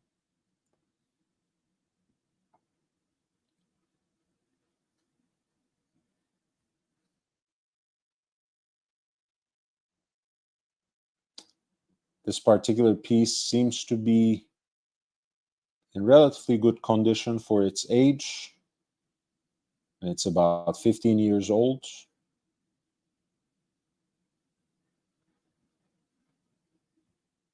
It is marked to be in good condition by and large. Aesthetically speaking, visually speaking, the dial is called mint, and the movements very good. I like the fact that this time they didn't skimp out on the pictures, although as always, they could be more judicious and more detailed, in terms of collaterals and whatever else comes with watches. But in the absence of such pictures and such information, you have to assume that this is a watch only / naked presentation for lot 36, which is a Rolex Cosmograph Daytona, reference 116523, bimetal with the blue dial, blue racing dial, and red accents. Once again, there's a fixed price at 26,150. The bidding has already gone up to 20,500 with less than 6.5 hours left on the clock. As Ineichen is wont to do, there's no buyer's premium. Again, they're one of these more disruptive platforms for the auction, even though they're also one of the oldest. Most of their auctions don't involve a buyer's premium. So what you see is what you get, whether you pull the trigger for the fixed price or the buy it now option or the hammer price. that's what you will pay for. And along with Loop This, which has a fixed 10% buyer's premium, they're trying to leverage basically the considerably lower overheads of doing things exclusively or mostly online, with the additional encouragement that the lack of buyer's premium provides. Here, this was lot 36. Bidding stands at 20,500, and the buy it now option, which can end the auction at once, is fixed at 26,150.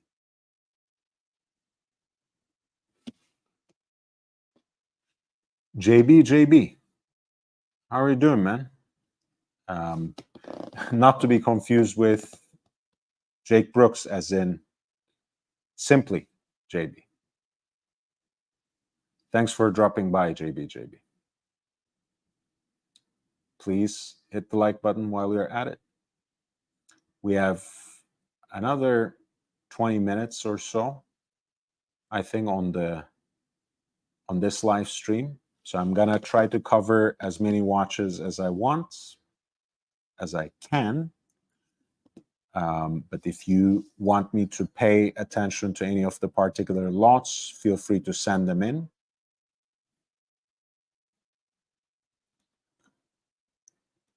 I think lot number 2 is a very interesting piece. I always like the Patek Gondolo.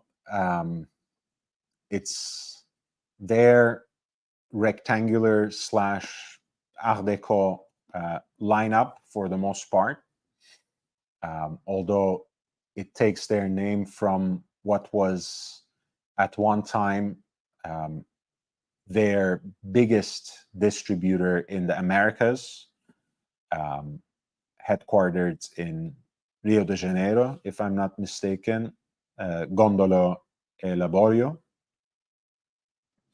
But usually when a Patek watch is called a Gondolo, you will find that it's rectangular or sometimes barrel-shaped, and often with these sorts of Art Deco design details, whether it is the case with the Arabic numbers here, Arabic numerals here, or the stepped case flanks as well. I think this is a very attractive piece that combines a white gold case with salmon dial. Sometimes these things can be confused because of different production techniques and really very different alloys that were used before the so-called neo-vintage era, before, mid-80s to 90s onwards. A lot of the alloys they started using, especially in the 21st century, really are made with the purpose of avoiding patina, whereas that was never quite a concern before these modern ways of production as they pertain to horology. So a lot of the white golds you will see in vintage watches will take on a more yellowish hue. A lot of yellow gold will almost appear like pink gold or rose golds, again, because of the warmth of the patina that it accrues, that it accumulates over the years. So this is one of those cases, but I think the way that white gold aged and patinated actually really matches the vibe of this watch. I particularly like the distinctly Art Deco font of the Arabic numerals. I like the stepped flanks of the case in addition to the rectangular shape. And I like actually the slight curvature of the case, which might add some additional ergonomic touch to its wearability. You have a classic Patek tank buckle in matching material.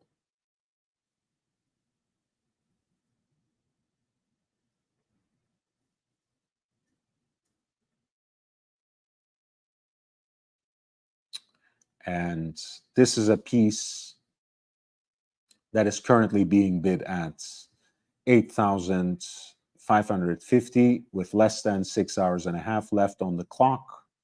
And there is a buy it now option that is set at 12,550. Gone Dog. Hey man, nice to see you too. Thank you. Thank you for your kind words.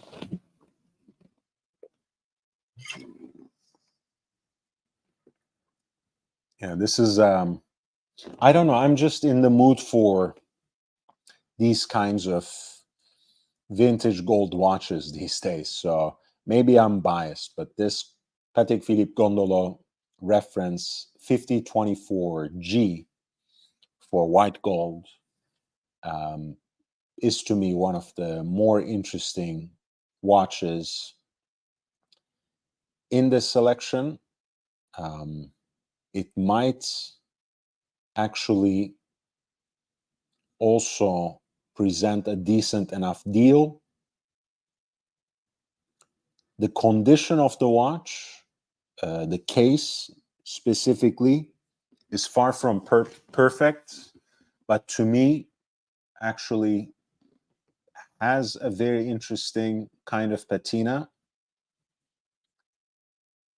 But if it is to your liking, if it is something that you can already discern from these pictures, I would highly advise you to stay put or set your alarm to see if you can get a decent deal on this piece. Great Patek Philippe piece. Rectangular Art Deco shape. Beautiful precious metal dress watch with a hand wound movement. Elegantly designed. Sleekly executed. I think under 10,000, this would be a stunning piece. Again, I have a soft spot for this kind of design. I have an utter weakness for salmon dials as well. And with those Arabic numerals and the railroad track for minutes, every detail seems to be just perfect about this piece.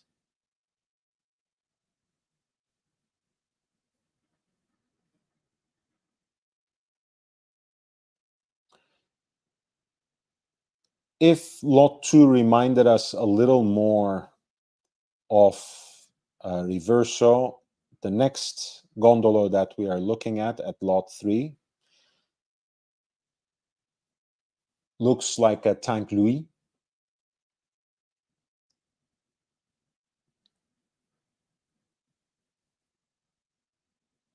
This is once again a Patek Philippe gondolo.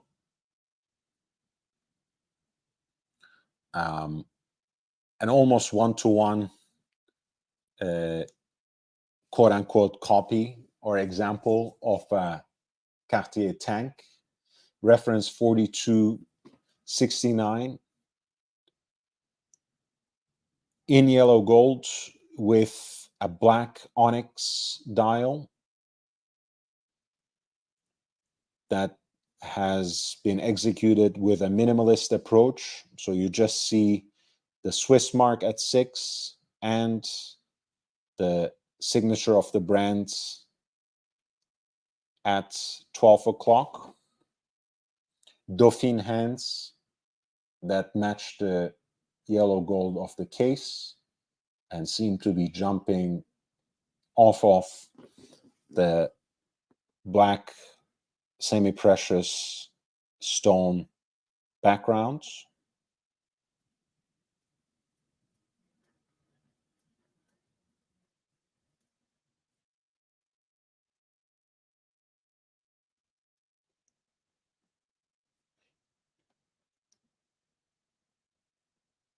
The watch is presented on a black alligator strap that is signed by Patek Philippe and Wempe, and also has a matching Patek Philippe pin buckle in 18 karat yellow gold as well.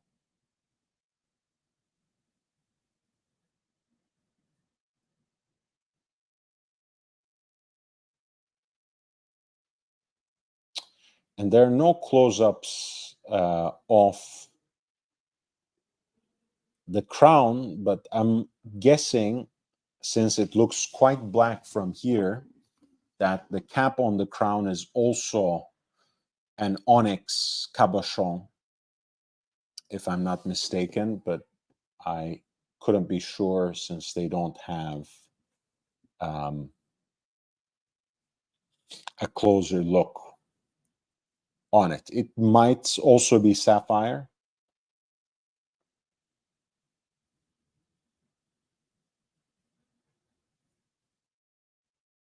This is lot number 3, a Patek Philippe Gondolo, reference 4269J for yellow gold with a black onyx style. The piece is currently being bid at 9,700 in US dollars, with a little more than 6 hours left on the clock. There's also a buy it now option available, fixed at 13,650.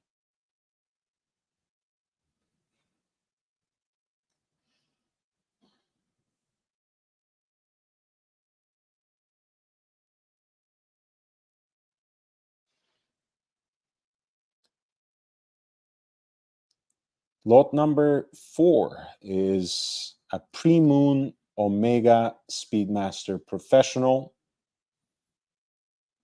with that distinctive Omega Speedmaster Professional case with the twisted lugs, with the lyre lugs, as produced at the time by Ineichen and Frères, the famous case maker that also made some very interesting pieces, some beautiful cases with the same lug design for Universal Genève as well, for their pole router.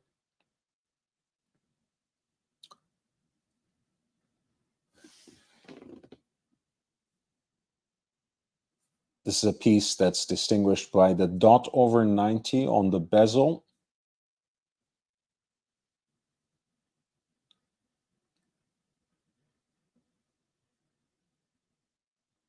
Ostensibly from around 1966, with the caliber Omega 321, built on the base of the Lemania CH27.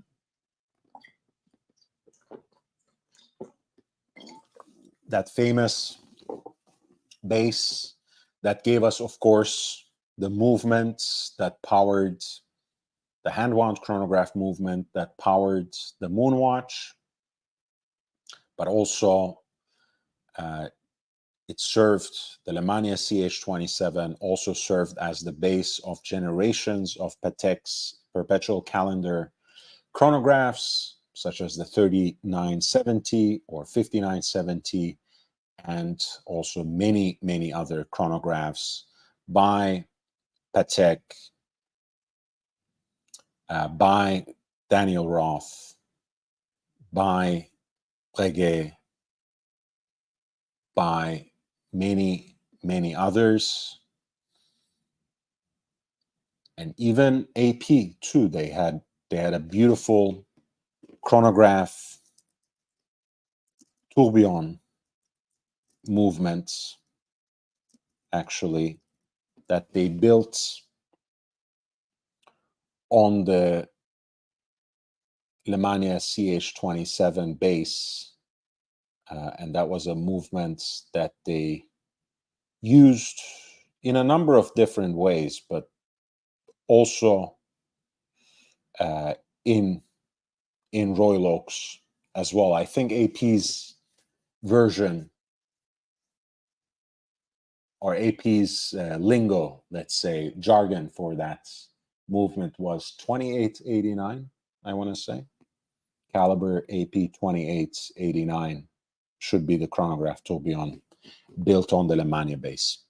Anyways, this is a pre-moon Omega Speedmaster Professional with the Omega 321 movement.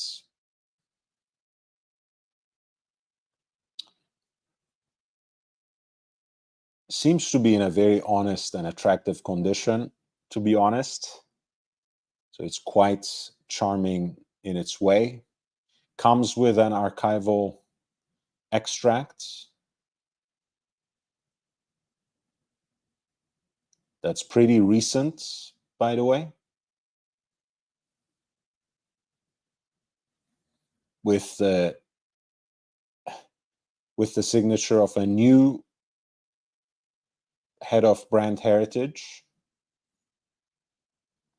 Apparently, it was a piece that was delivered to Greece. Could have been someone's Christmas or New Year gift, considering the dates.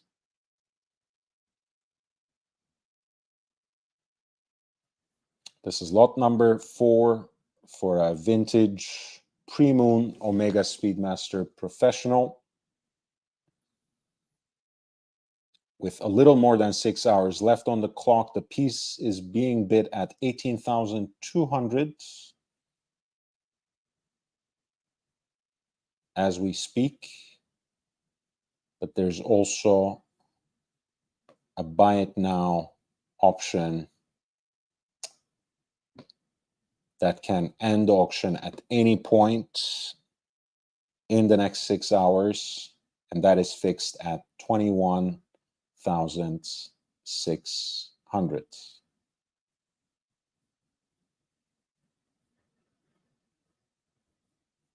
Morning, Fries. How are you doing, man?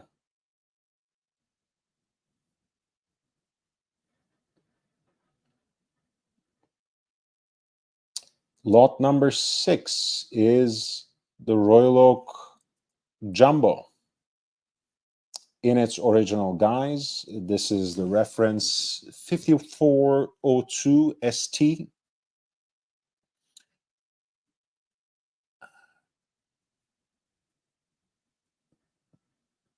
This is as the maker intended it, as Jarajanta designed it, in the classic 39 millimeter tonneau case on its integrated bracelets in stainless steel with the tapisserie dial that is only interrupted by the date window at 3 o'clock, with the logo of the AP initials at 6 o'clock, the signature of the brand at 12.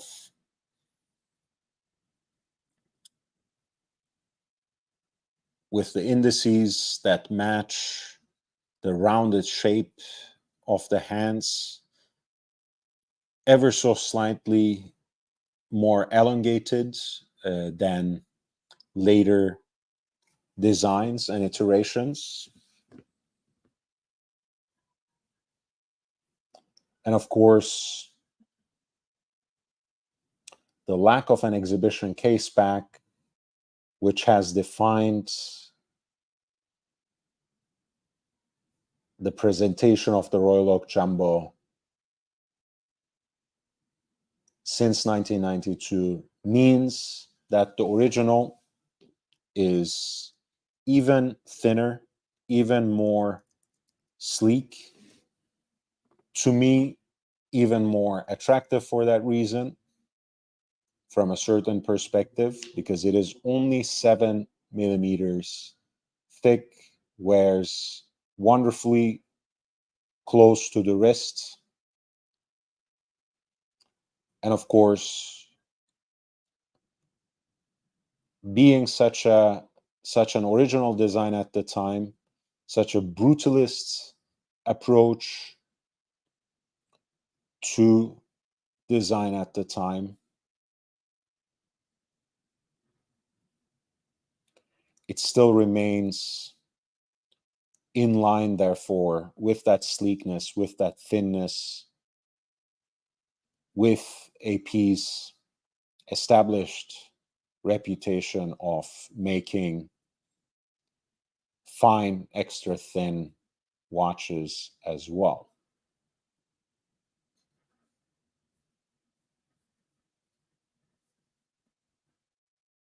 This is an A series watch, so the most desirable of the bunch.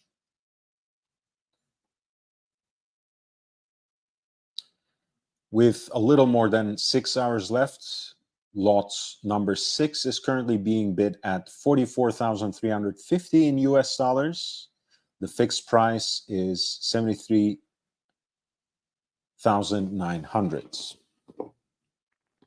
Of course, that thinness is owed to the movements that is at the heart of this watch. The AP caliber 2121, which was based on the JLC 920. The JLC 920, of course, powered also the first generation of the Patek Philippe Nautilus in reference 3700, and the original Vacheron Constantin 222 as well.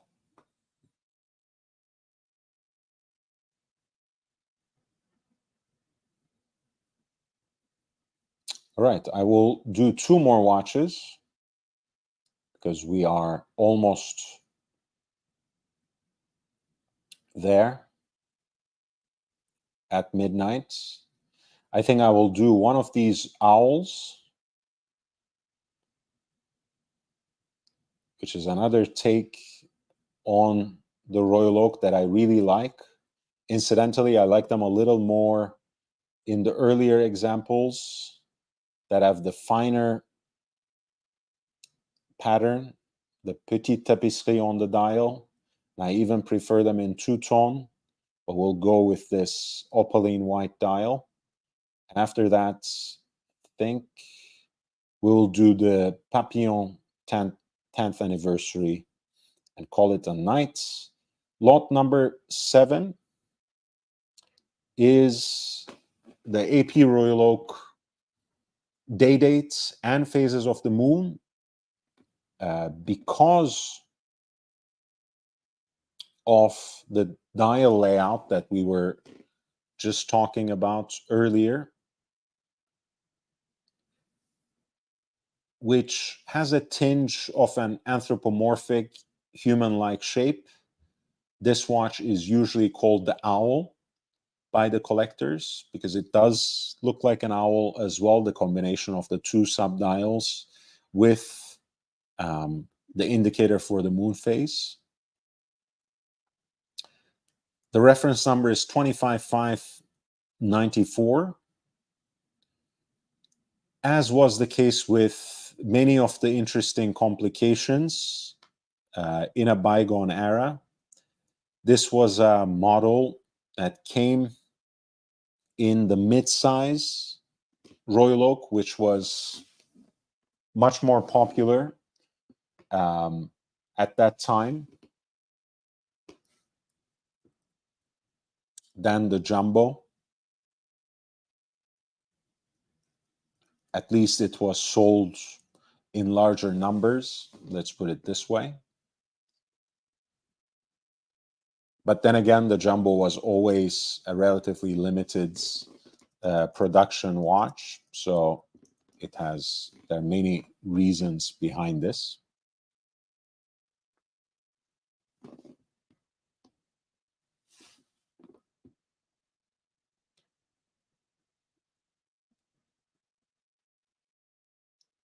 This is an example of it that is rendered in stainless steel, case and integrated bracelet and all.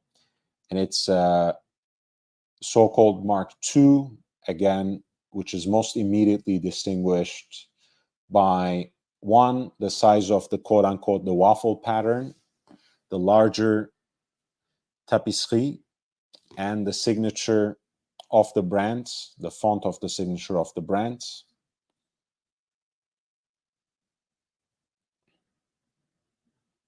Once again, this is a piece that actually is a very elegant and interesting approach, quite wearable, because in addition to the roughly, compact diameter of the case, 36 millimeter, which is rather perfect if you ask me. I mean, the jumbo is still more desirable, and I think it is still the best expression of the style. But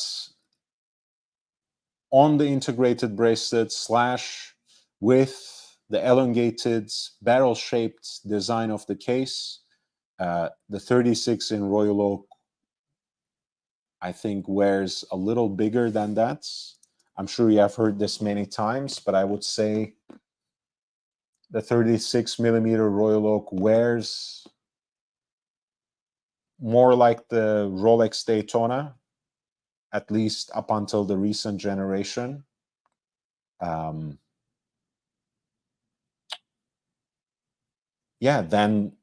Than smaller dress watches that you would find from brands like AP, Vacheron, and Patek that are sized right around 36, 37 millimeter and have round cases. 25-594 is 9 millimeters thick, which might be considerably thicker than the jumbo and other time-only models within the Royal Oak line. But I think it's still quite compact and very reasonable, considering that you get that unique expression of the day dates as well as the phases of the moon in a very balanced way, I might add. Of course, it's not like the perpetual calendar, certainly not in terms of the prestige, but even in terms of the aesthetic balance and elegance of the dial. But it's still, at least to me, quite attractive. This was lot number 7, an AP Royal Oak day, daytime phases of the moon, reference 25-594 ST with an opaline white dial.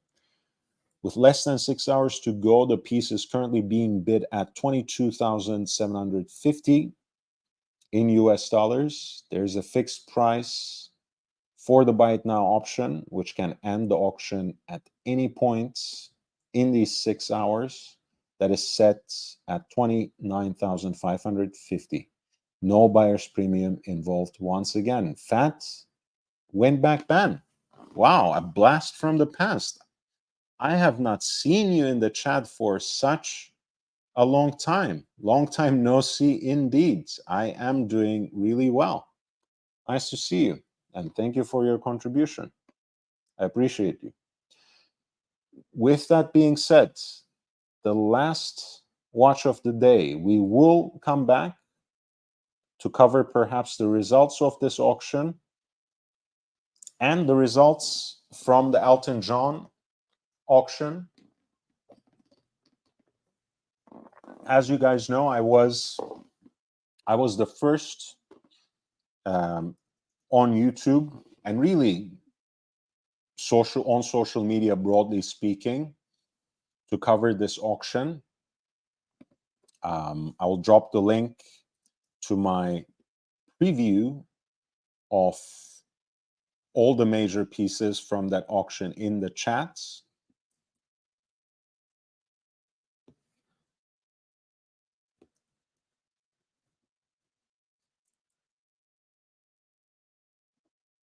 But tomorrow, I'm hoping to come back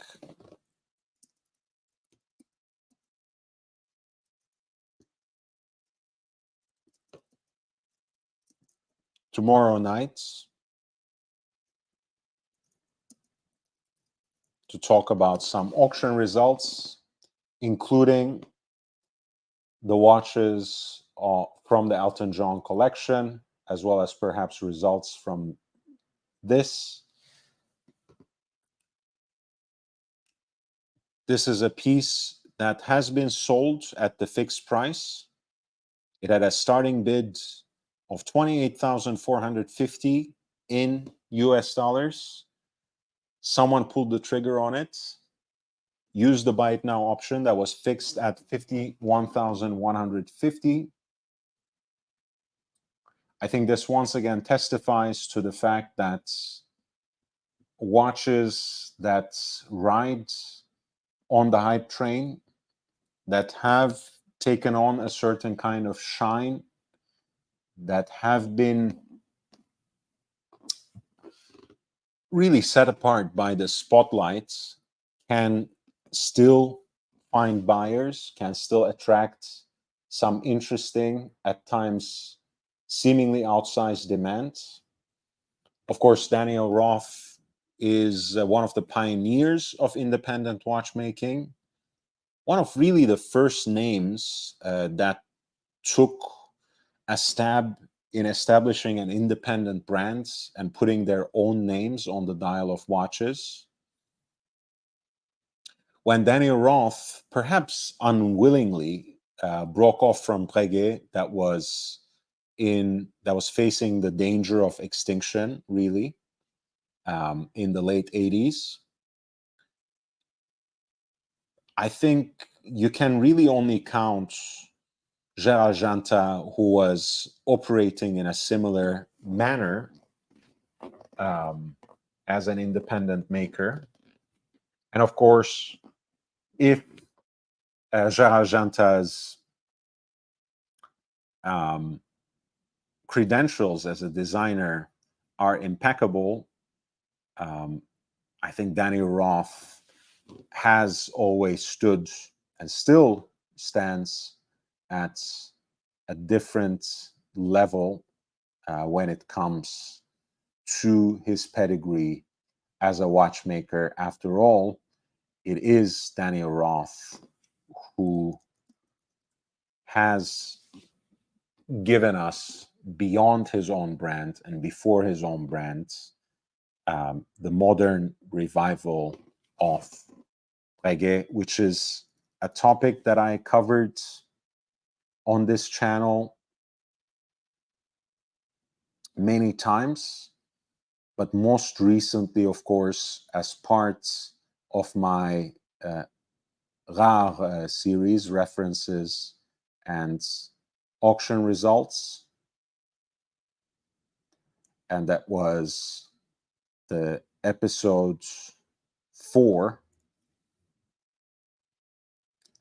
of which the link I'm posting in the chats.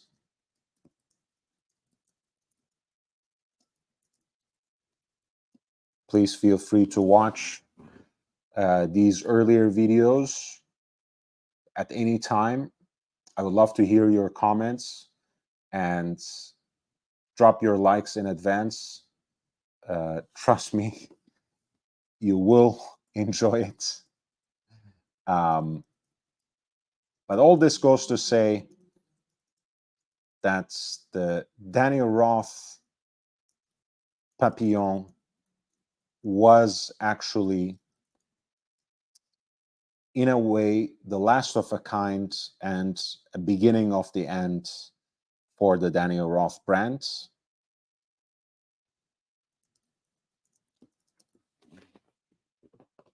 Because it was The last watch that Danny Roth had a real role in designing and executing, bringing into production with his own name.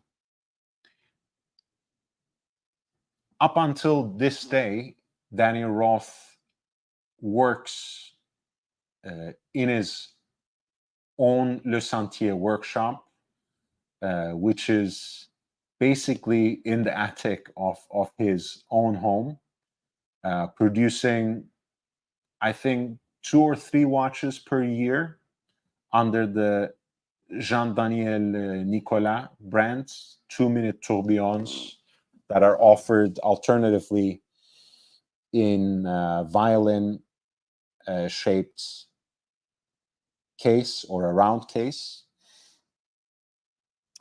But he had already run into financial troubles in mid-1990s, which meant that the Singapore-based dealer, the Hourglass, bought his brand.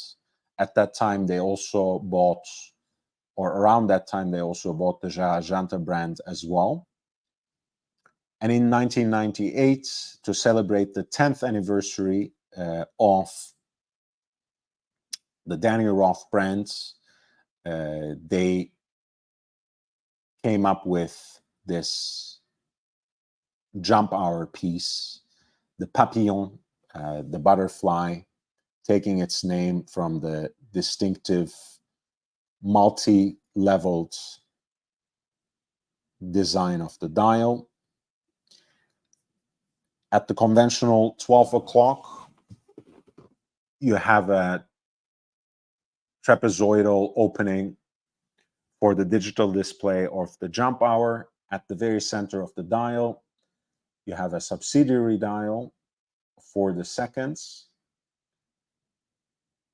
And you also have an upward facing crescent in the lower part of that dial that has a scale for the display of the minutes. And that has 2 arrows, so it's not a retrograde display, but it is basically a circular base with 2 arrow tips that makes a full revolution in 2 minutes, right? Much like his current rendition of the tourbillon, interestingly. These were made in 110 examples in white gold, so the new buyer who pulled the trigger on lot number 15 is a happy owner of 1 of 10. These were powered by the caliber DR113, built on the base of the Girard-Perregaux GP3000.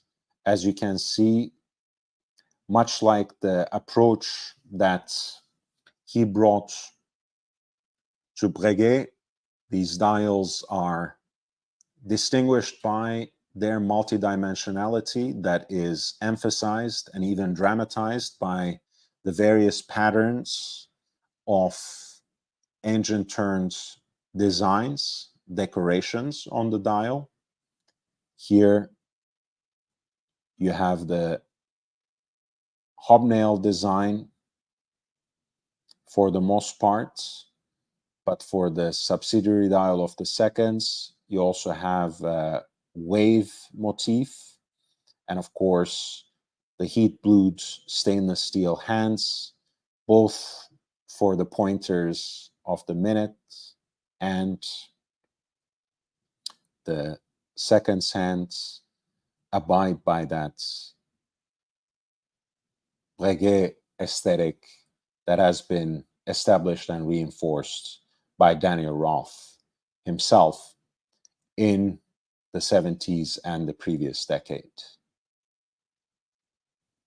Of course, this case is rendered in that unique double ellipse, ellipsocurvex shape that Danny Roth stuck to. the rights to that shape remain today with the brand, not with the man, unfortunately. And as you guys know, the brand was bought from the Hourglass at the turn of the millennium at around 2000 by Bulgari. And since Bulgari was later bought by LVMH, they had the opportunity to take the brand under their own portfolio and restarted it with a limited run of the Tourbillon, which is so far really proving to be a somewhat disappointing release, but we will talk about that on another occasion. As you can see, the solid gold rotor weight itself is beautifully decorated, and it is also inscribed to commemorate that 10th year anniversary with the unique number of the watch as well. One of 110 examples in white gold on a proprietary black alligator strap with large scales. This was the 10th anniversary Daniel Roth piece at lot number 15. The jump hour watch, also known as the Papillon, in white gold. It was sold without buyer's premium at 51,150, which was, in fact, the buy it now price.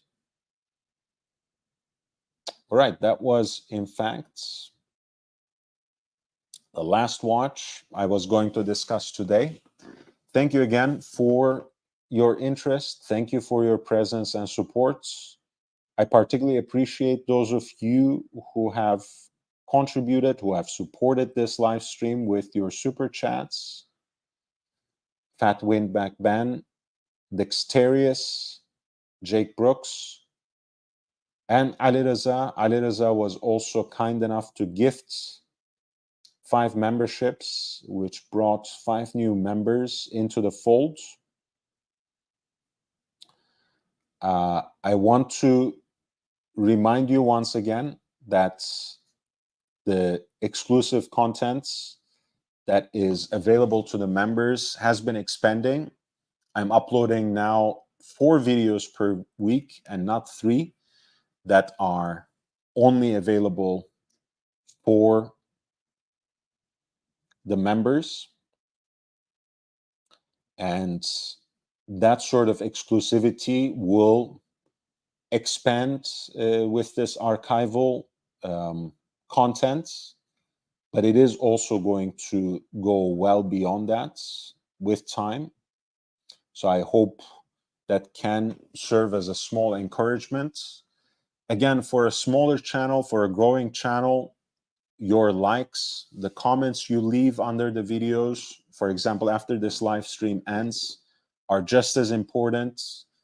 That you share the link with others, with fellow watch enthusiasts, with fellow collectors, matters even more and helps me expand this community that is coming together around passion for and knowledge of wristwatches. If you want to contribute in other ways, YouTube offers you several ways, including the membership, which I mentioned. But of course, there are links for other methods as well, if you so choose, included in the description. With that being said, I will see you in the next live stream tomorrow night, hopefully starting earlier, still going until the midnight, covering some auction results, finishing up the Ineichen Zurich February Odyssey that we were covering, and we will look more at results, of course, at that time, and coming back to Elton John's watch collection, which I was first to cover on social media in preview form, but now we'll come back and look at auction results. It's 12:20, 20 minutes after midnight in Los Angeles. I hope you all stay safe, stay healthy, wear and enjoy your watches. I'll see you in the next one. Don't forget to hit the like. Thank you for your presence and support.